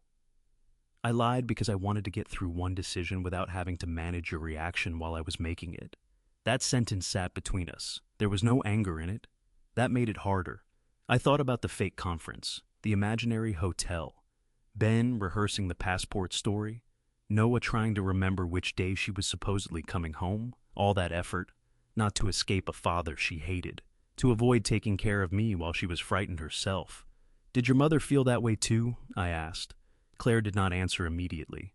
When she did, her voice was quieter. Yes. I stared at Susan's photograph across the room, and suddenly the hidden genetic result meant something different. For days, I had treated it as evidence that my wife had excluded me from an important truth. Maybe she had. But it was also evidence that while she was dying, Susan had been trying to protect one small area where she did not have to carry my fear on top of her own. That was harder to resent. It was also harder to forgive myself for missing. Claire was fading. I could hear it. You should sleep. I should. Call me when you want. I will. No deadline. She was quiet, then said, that one might take practice. For both of us. We hung up. I sat in the dark living room for a long time. The next morning, I opened the box containing Susan's records again. Not to investigate. At least, that was what I told myself. I wanted to find the hospice paperwork. Her signature was on the admission form. So was mine. Date, November 14th. I remembered signing after Susan told me she was ready. I had always believed that was when the decision became real. Then I found a consultation note from 9 days earlier. A social worker had documented a private conversation requested by the patient. One sentence was underlined in blue ink. Not mine. Patient states she is considering stopping disease-directed treatment, but is not yet ready to discuss this with spouse, because she fears he will hear consideration as a final decision. I sat there holding the page. 9 days. My wife had been thinking about stopping treatment for at least 9 days before telling me. She had not been certain. That was the point. And she had believed I would not allow uncertainty to remain uncertain. For the first time, I understood that Claire's fake trip had not come from nowhere. She had learned a method inside our family. Make the decision first. Tell Dad after. Not because Dad did not love you, because Dad loved you so urgently that sometimes there was no room left to think where he could see you doing it. I read that sentence until the words stopped looking like part of a medical record and started looking like something Susan had said directly to me. Patient states she is considering stopping disease-directed treatment, but is not yet ready to discuss this with spouse, because she fears he will hear consideration as a final decision. I had spent 2 years remembering the end of my wife's treatment as something we went through together. Apparently there had been 9 days when we had not. Maybe longer. I put the paper down. My first impulse was to call Claire. Not because I believed she had done anything wrong. Because I wanted the rest of the timeline. That distinction would once have satisfied me. It did not anymore. Claire was 2 days out from surgery, waiting for pathology, and recovering in Baltimore. Whatever unfinished business existed between her mother and me that had already waited 2 years. It could wait another day. So, I made lunch. I ate half of it. Then I went outside and cut 3 dead branches from Susan's hydrangea. That afternoon, Ben texted. Claire's doing better. Walking more? Still tired. I answered, good, nothing else. At 6:30, Claire called. You're being suspiciously quiet. I'm trying something new. How's it going? Terrible. She laughed carefully. Still hurts when I laugh. Then I'll be less amusing. You've had 70 years of practice. That sounded enough like normal conversation that my shoulders loosened. I asked how she was feeling. She said sore, tired, impatient. I did not ask what medication she was taking. I considered that an achievement. Then she said, Ben told me you found Mom's hospice note. I sat down. He told you. You mentioned the records to him earlier. He guessed you'd keep looking. I felt the familiar defensiveness rise. I wasn't looking for anything about you. I know. There was that phrase again. This time I let it pass. I found the social worker's note from 9 days before hospice admission. Claire became quiet. Okay. Were you there for any of those conversations? Yes. I closed my eyes. Do you want to talk about it? She took so long that I thought she might say no. Then she said, some of it. All right. Another pause. Mom didn't decide all at once. I understand.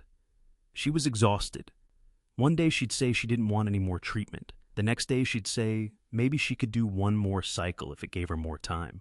That sounds like her. She hated that she kept changing her mind. She didn't have to hate that. I know. I heard it too late. Claire did not call me on it. She talked to the social worker because she wanted somewhere she could say both things. That sentence stayed with me. Somewhere she could say both things. Why couldn't she say both to me? Claire did not answer immediately. Then she said, she tried. My hand tightened around the phone. When? 3 days after that note. I searched my memory. That week had been chaos. A medication change, 2 home health visits, blood work, 1 oncology appointment. What happened? Claire spoke carefully.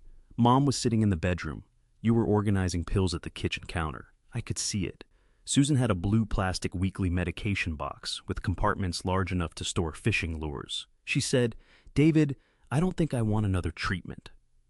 I remembered something, not the exact sentence, the moment.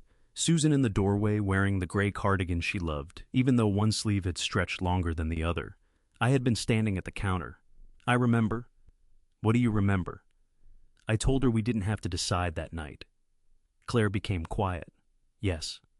Relief moved through me too quickly. Then she continued. And then you said you had found another option. I closed my eyes. There it was. A clinical trial at a university hospital, not even something Susan definitely qualified for. I had found it online after reading patient forums and trial registries late at night. I told her we could ask about it. Yes. I didn't tell her she had to do it. No. Did she think I did? Claire sighed. Dad? I'm asking. I know. I stopped. That was exactly the problem. Claire continued. You said, before you decide you're done, at least let's understand what's still available. I remembered the sentence. It had sounded responsible when I said it. It still sounded responsible now. That was what made the next part difficult. Mom said okay. Yes. And we made the appointment. Yes. I waited. Claire's voice softened. After you went upstairs, Mom cried. I said nothing. She told me she didn't want another appointment. My chest tightened. Then why did she say okay? Claire took a breath. She said because she didn't have enough energy to convince you that she was allowed to be tired before she was completely certain. I stood. That doesn't sound like Susan. It does. She would have told me. She did tell you. No, she said okay. After she said she didn't think she wanted more treatment. I walked into the living room. Susan's photograph was where it had always been. I stared at it. I heard the first sentence. Yes. I didn't ignore her. No. I said we should understand the options. Yes. Which is what her doctor would have said. Maybe. Then why are you making it sound like I forced her? I'm not. Claire's voice became firmer. I am specifically not saying that. I stopped. She continued. You didn't force Mom to do treatment. I know. You didn't make decisions without her. I know. You didn't threaten her. I know. Then stop defending yourself against things I haven't accused you of. I sat down slowly. That sentence could have come from my own mouth in an audit room. What are you accusing me of? I'm not trying to accuse you. Then what happened? Claire was quiet for several seconds. Mom felt like she had to make a thought final before she brought it to you. That was worse. She couldn't say, I think I'm done, because you heard a decision you needed to test. I stared at the floor. She had to wait until she could say, I am done, strongly enough that you couldn't turn it back into a question. I remembered the hospice conversation, Susan at the dining room table, Claire beside her, me across from them. Susan said, "I'm done with treatment. Not think, not maybe, done." I had always remembered the certainty in her voice as peace. Now I wondered what it had cost her to sound that certain. How long after the first conversation did she decide? 3 or 4 days. And you knew? Yes. Before me? Yes. What did she tell you? Claire swallowed. She said she didn't want the trial appointment. Did she cancel it? No. Why? Because you were excited that somebody had agreed to review her records. I closed my eyes.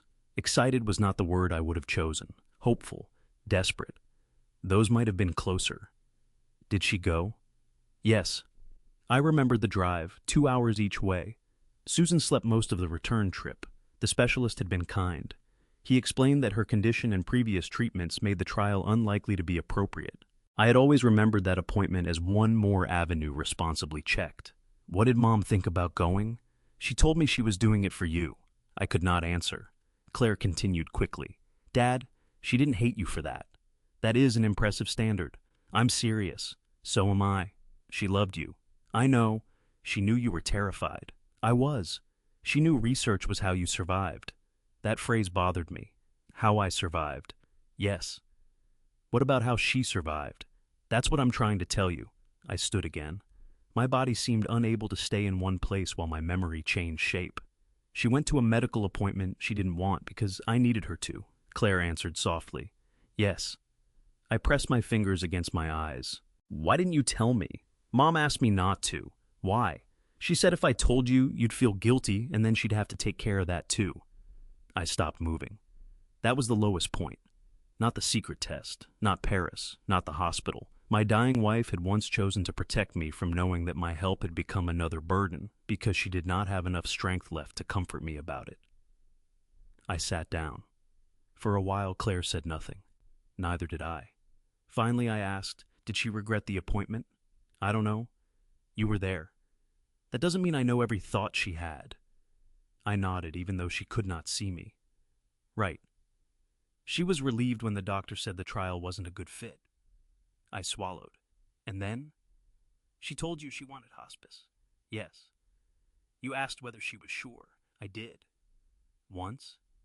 I closed my eyes. No, not once. I remembered asking that evening, then again the next morning, then asking whether she wanted to speak to the oncologist one more time. Not because I wanted to overrule her, because I wanted certainty, her certainty. Enough certainty that if she died, I would not spend the rest of my life wondering whether we quit too soon. I had called that protecting Susan from regret. Part of it had been protecting myself. No, I said. Claire did not respond. I asked more than once. Yes. She must have been exhausted with me. She was exhausted with cancer. That is not the same answer. No. I waited. Claire said, sometimes she was exhausted with you too. There was something strangely merciful about hearing it plainly. People are allowed to be tired of someone they love. Marriage does not make irritation disloyal. Illness does not turn the sick person into a saint, or the caregiver into one either. I wish she had told me. She tried. I closed my eyes. That was the part I had to keep. Not because it was kind, because it was true. She said it while I was organizing medication. Yes. And I heard a problem to solve. Yes. We sat in silence again. Then I asked, is that why you scheduled your surgery before telling me? Claire took a long breath. Yes. There it was, the direct line between my wife and my daughter. I wanted the genetic counseling finished. Yes. The second opinion finished. Yes. The surgery scheduled. Yes. So when I told you, it would already be a decision. Yes. Something I couldn't turn back into a discussion. Yes, my chest hurt. Not medically. I knew the difference. And Paris? The same thing, taken too far. I appreciated that she did not defend it. I didn't want to spend the weekend before surgery explaining my decision over and over. I might not have done that. You sent me 10 questions after one day. There was nothing to say. I know, she laughed weakly. Now you're doing it. Apparently it's contagious. That gave us both a few seconds of relief. Then Claire became serious. Dad, I need you to understand something else. What? I was wrong too. I waited. I used Mom to justify not trusting you. That surprised me. What do you mean? I told myself you hadn't changed because you were the same person you were when she was sick. I may be. No, she took a breath. You're also the person who stayed home Tuesday when I asked. I said nothing. You messed up before that. Spectacularly. Yes. But you stayed. Yes. You didn't call the hospital. No. You didn't make Noah report to you. No. I noticed. I stared at Susan's photograph. I wish your mother had gotten that version of me. Claire's voice softened. She got 43 years of you. That is not the same thing. No. It doesn't fix what I did. No. Again, there was mercy in the lack of argument. After we hung up, I sat beside Susan's oncology box for almost an hour. Then I did something I had never done with one of my own investigations. I wrote down the conclusion before gathering anything else. Claire must be able to tell me something before she knows what she thinks about it. Underneath, my fear is mine until she asks for help carrying it. I looked at those sentences. They were not apologies yet. They were a rule for me. And for once, I understood that a rule was only useful if I followed it when I wanted most to break it. The pathology result was expected Friday or Monday. Friday passed without a call. Saturday morning passed too. At 2:18 that afternoon, Ben texted. Pathology is back. Claire has the report. She asked me not to tell anyone until she's ready to make her own calls. I read the message once. Then I put the phone face down. Whatever the result was, my daughter knew before I did. For the first time in my life, I understood that this did not automatically mean something had been taken from me. Saturday at 5:06, Claire called. I knew before answering that whatever she said would divide the day into before and after. Hi, Dad. Her voice sounded stronger than it had Tuesday. Not normal. Closer. Are you sitting down? I am now. I pulled out the kitchen chair. Claire took a breath. The pathology was benign. For a second, I did not understand the sentence. Not because the words were complicated, because my body had spent days preparing for the other version. No cancer, no cancer. I closed my eyes. The mass was benign? Yes. And the tubes? Clear. Both ovaries? Clear. I stopped myself there. 3 questions. She had answered them without irritation, but I could feel the old machinery starting. I put my free hand over my mouth. All right. Claire became quiet. Then she said, You can cry. I'm not. You're terrible at lying. I laughed once, and that was enough to break whatever I had been holding. I cried. Not for long. Maybe a minute. Long enough that Claire stayed silent and let me do it. When I could speak again, I said, I'm glad. Me too. That is an inadequate word. Very. She told me the pathology had shown a benign cyst and no evidence of malignancy in the removed tissue. The surgery still mattered because of the BRCA1 mutation and the risk reduction she and her doctors had already discussed. I listened. I did not ask for percentages. That was harder than it should have been. Are you coming home? Tomorrow. To Alexandria? Yes. Do you want me there? A pause. Not tomorrow. That still hurt. Less than it would have 4 days earlier. Okay. Maybe Tuesday. You tell me. I will. We were quiet. I thought the difficult part of the call was over. Then Claire said, There's something else. I leaned back. About the pathology? No. Okay. It's about Mom. I stared at Susan's photograph across the room. What about her? I've been trying to decide whether telling you helps anything. That sounds promising. Dad. Sorry. Claire took a breath. After Mom got the genetic result, she asked me to promise her something. My hand tightened around the phone. What? She said if I ever got tested, I shouldn't make any medical decisions because of what she wanted. That sounds reasonable. And she said I shouldn't make them because of what you wanted either. I did not answer. Claire continued. She told me to get the information, talk to people who understood it, and decide what I wanted before I brought you into it. I sat very still. Those were her words. Not exactly. Then what were her words? Claire hesitated. I heard my own tone. Sorry. Tell me however you remember it. She was quiet for a moment. She said, Your father loves people by making plans for them when he's scared. I closed my eyes. That sounds like Susan. She said, Don't let his plan become your answer just because he gets there before you do. That one hurt. What else? She told me you would ask good questions. I almost laughed. Damning praise. She meant it kindly, I'm sure. She said the problem was that sometimes your questions arrived before she knew what she thought. I stared at the table. Claire continued. And then she said something I've remembered ever since. I waited. Know your own answer before you let your father help you improve it. I stopped breathing for a moment. My wife had given our daughter instructions for dealing with me after she was gone. That was how it felt. Not advice about cancer. Instructions for managing David Mercer.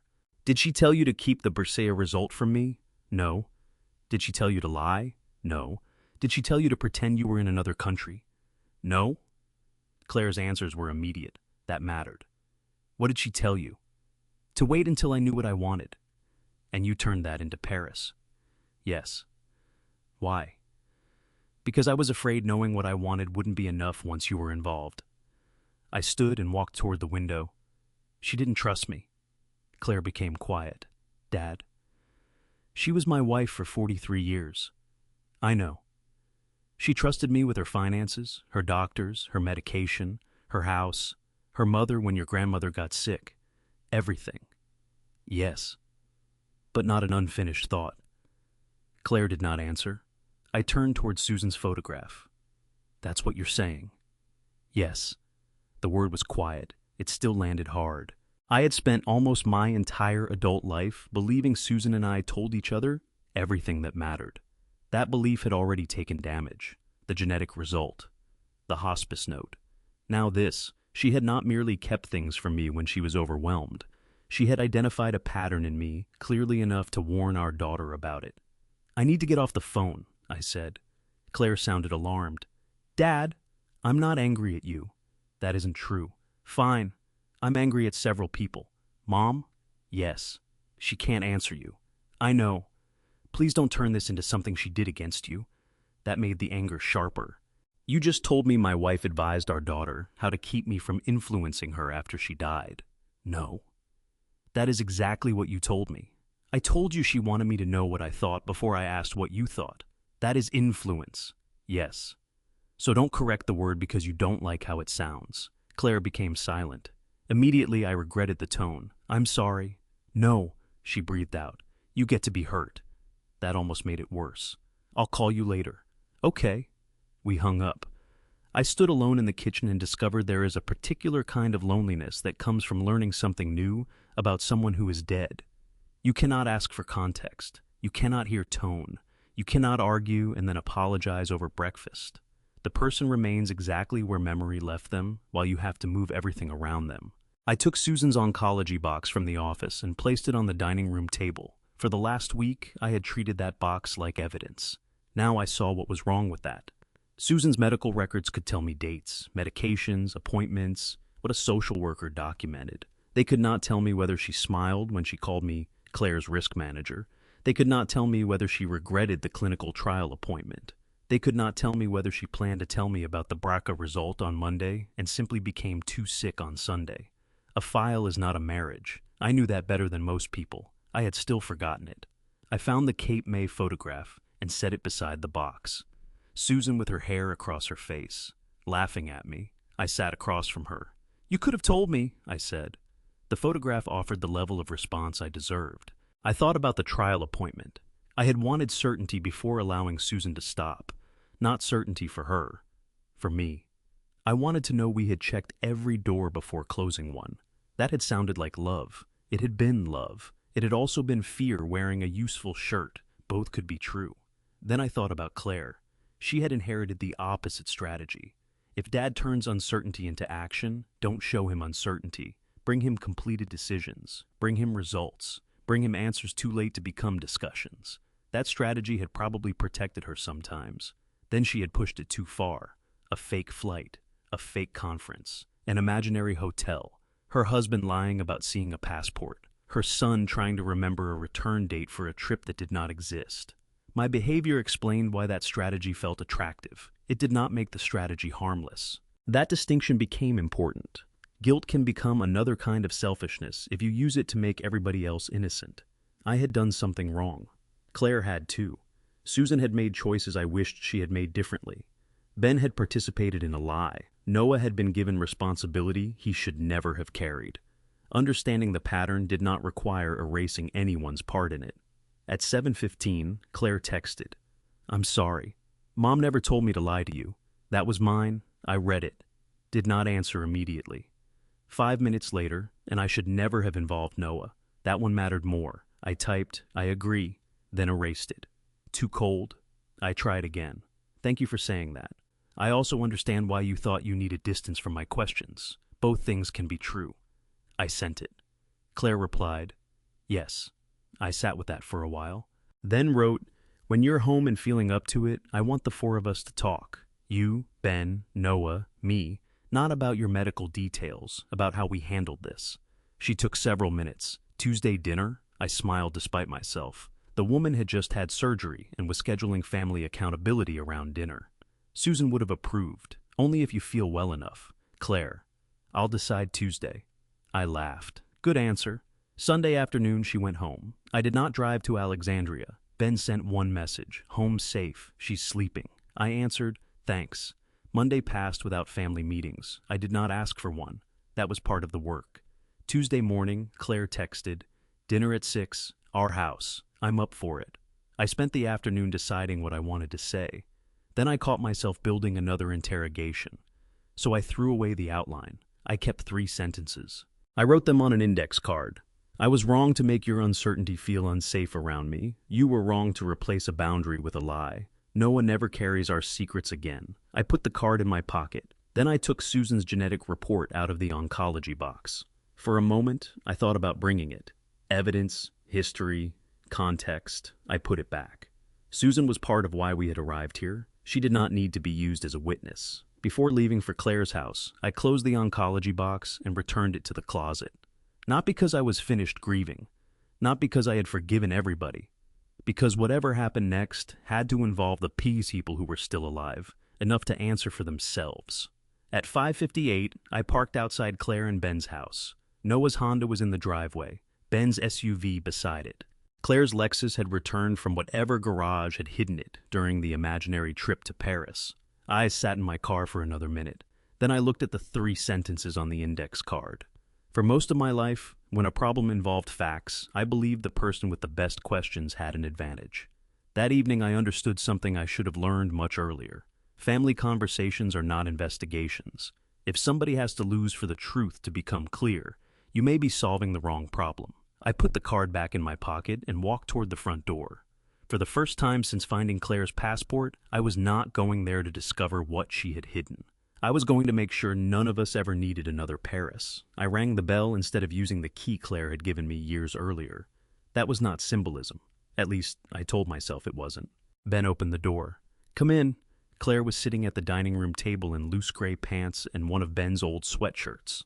She looked better than she had sounded on the phone, which was not the same as looking well. She moved carefully when she stood. I immediately wanted to tell her not to. I kept my mouth shut. She noticed. "That looked painful for you." "Growth is difficult." She hugged me, carefully. I hugged her back even more carefully. Noah was already at the table. Pizza boxes sat on the counter, paper plates. No formal family summit. Good.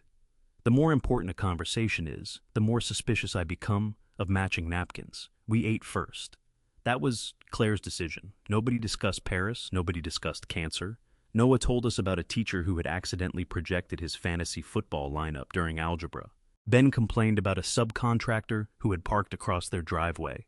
Claire ate half a slice of pizza and announced she was full. I almost asked whether she had been eating enough since surgery. Instead, I said, "There's more if you want it later." Claire looked at me. "Thank you." At 7, she pushed her plate away. "Okay," Noah groaned. "Do I have to stay?" Claire looked at him. "You don't have to." He thought about it, then sat back down. "I want to." That mattered. Ben cleared the plates but left the pizza boxes where they were. Claire folded her hands on the table. "I'll start." I reached for the index card in my pocket, then stopped. Letter. She looked at Noah first. "I'm sorry." He stared down at the table. "For what?" "For asking you to help us lie to Grandpa." Noah shrugged. "It's fine." Claire shook her head. "No." The word was gentle. It wasn't. He looked at her. I told you something private was happening, but instead of letting you say that, I gave you a fake story you had to remember. Noah picked at the edge of a napkin. I kept forgetting whether you were coming back Wednesday or Thursday. I know. And what the conference was. I know. And Dad said if Grandpa asked too many questions, just say you were busy. Ben looked uncomfortable. Claire turned toward him. We both did it. Yes, Noah said. I thought if I messed it up, Grandpa would find out because of me. There it was. The consequence none of us had measured while building the lie. Claire's eyes filled. You were never supposed to carry that. But I did. Yes, she nodded. That was my fault. Ben added, mine too. Noah looked at me. And then I told you about the hospital. You said more than you intended. Same thing. No, I leaned forward. You were put in a situation where telling the truth felt like betraying your mother and maintaining the lie felt like lying to me. That was not a fair job. Noah was quiet. Then he said, can we just not do that again? Claire answered immediately. Yes. Ben nodded.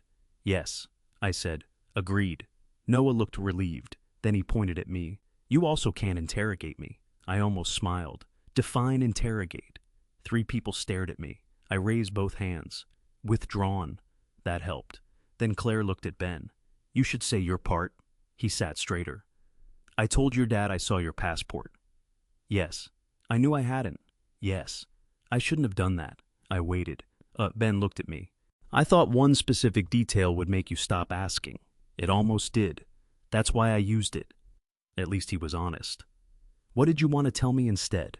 Ben glanced at Claire. She nodded. He said, I wanted to say Claire was taking personal leave for a medical issue and didn't want to discuss it until she got home. I looked at my daughter. You rejected that? Yes. Why? Because you would have come. You didn't know that. No. She took a breath. I believed it. There was a difference. I nodded. Claire continued. I also thought if Ben said medical issue, you'd hear Mom. I probably would have. You would ask whether I was safe. Yes. Whether I was having surgery? Probably. Whether Noah was okay? Yes. And eventually somebody would answer enough that you could build the rest. She was not wrong. But Paris made me build more, I said. I know. The irony was finally visible to all of us. By creating a detailed false explanation, Claire had given me something concrete enough to disprove. A simple boundary might have frustrated me. A contradiction activated every habit I had. Ben said, I told her that. Claire gave him a look. You said, your dad is going to smell this from another state. I was correct. You were not supportive. I can be both, Noah laughed. Some tension left the table. Then I took the index card from my pocket. I wrote 3 things because if I talk without limits, we'll still be here when your stitches come out. Claire held out her hand. Can I see? I gave her the card. She read silently, then passed it to Ben. Noah leaned over. The first sentence was mine. I was wrong to make your uncertainty feel unsafe around me. Claire looked at me. I mean that. She nodded. I don't think I understood until this week how often I treat uncertainty like temporary bad information. Noah frowned. What does that mean? It means if someone says, I don't know, I start asking questions until we know more. That sounds normal. Sometimes, I looked at Claire, sometimes the person needs permission not to know yet. She said nothing. I continued. Your grandmother needed that. My voice changed slightly. So did your mother. Noah looked at Claire. Is that why Grandma didn't tell Grandpa? Claire glanced at me before answering. Partly. I said, your grandmother made some decisions about what she wanted to share and when. I wish some of them had been different. I looked at Claire, but wishing she chose differently does not mean the choice wasn't hers. Claire's eyes filled. That sentence was harder to say than I expected. Then I pointed to the second line. You were wrong to replace a boundary with a lie. Claire nodded. Yes. I want that clear too. It is. If you tell me something is private, I may dislike it. You will. Probably. I may ask once whether there's anything you need. Okay. But I would rather hear this is private than hear you're in Paris when your passport is upstairs. Claire gave a tired smile. That seems reasonable. No imaginary conferences. Agreed. No fake hotels. Agreed. No recruiting your husband into passport testimony. Ben raised a hand. I support this policy. Then Claire said, I need something from you too. All right. If I say I'm thinking about something, don't immediately help me think. I frowned. How am I supposed to know the difference? Ask. That was almost insultingly simple. Ask what? She thought for a moment. Ask whether I want advice. I nodded. And if I say no, then I don't advise. Yes. What if you're making a terrible decision? Claire gave me the eyebrow. There he is. No, seriously. So am I. She leaned forward carefully. You get to tell me if something affects you directly. You get to say you're worried. You get to set your own boundaries. She tapped the table. But if it's my medical care, my job, my marriage, or something else that belongs primarily to me, then concern does not automatically become authority. I looked at Ben. He wisely looked at the pizza. That is fair, I said. Claire seemed surprised. I may hate it. That's also fair. Then Noah said, Mom does the same thing. Claire turned. What? He looked almost pleased to have discovered a useful fact. With Grandpa. I sat back. Go on, Claire said. No, don't encourage him. You call him all the time to make sure he took his medicine.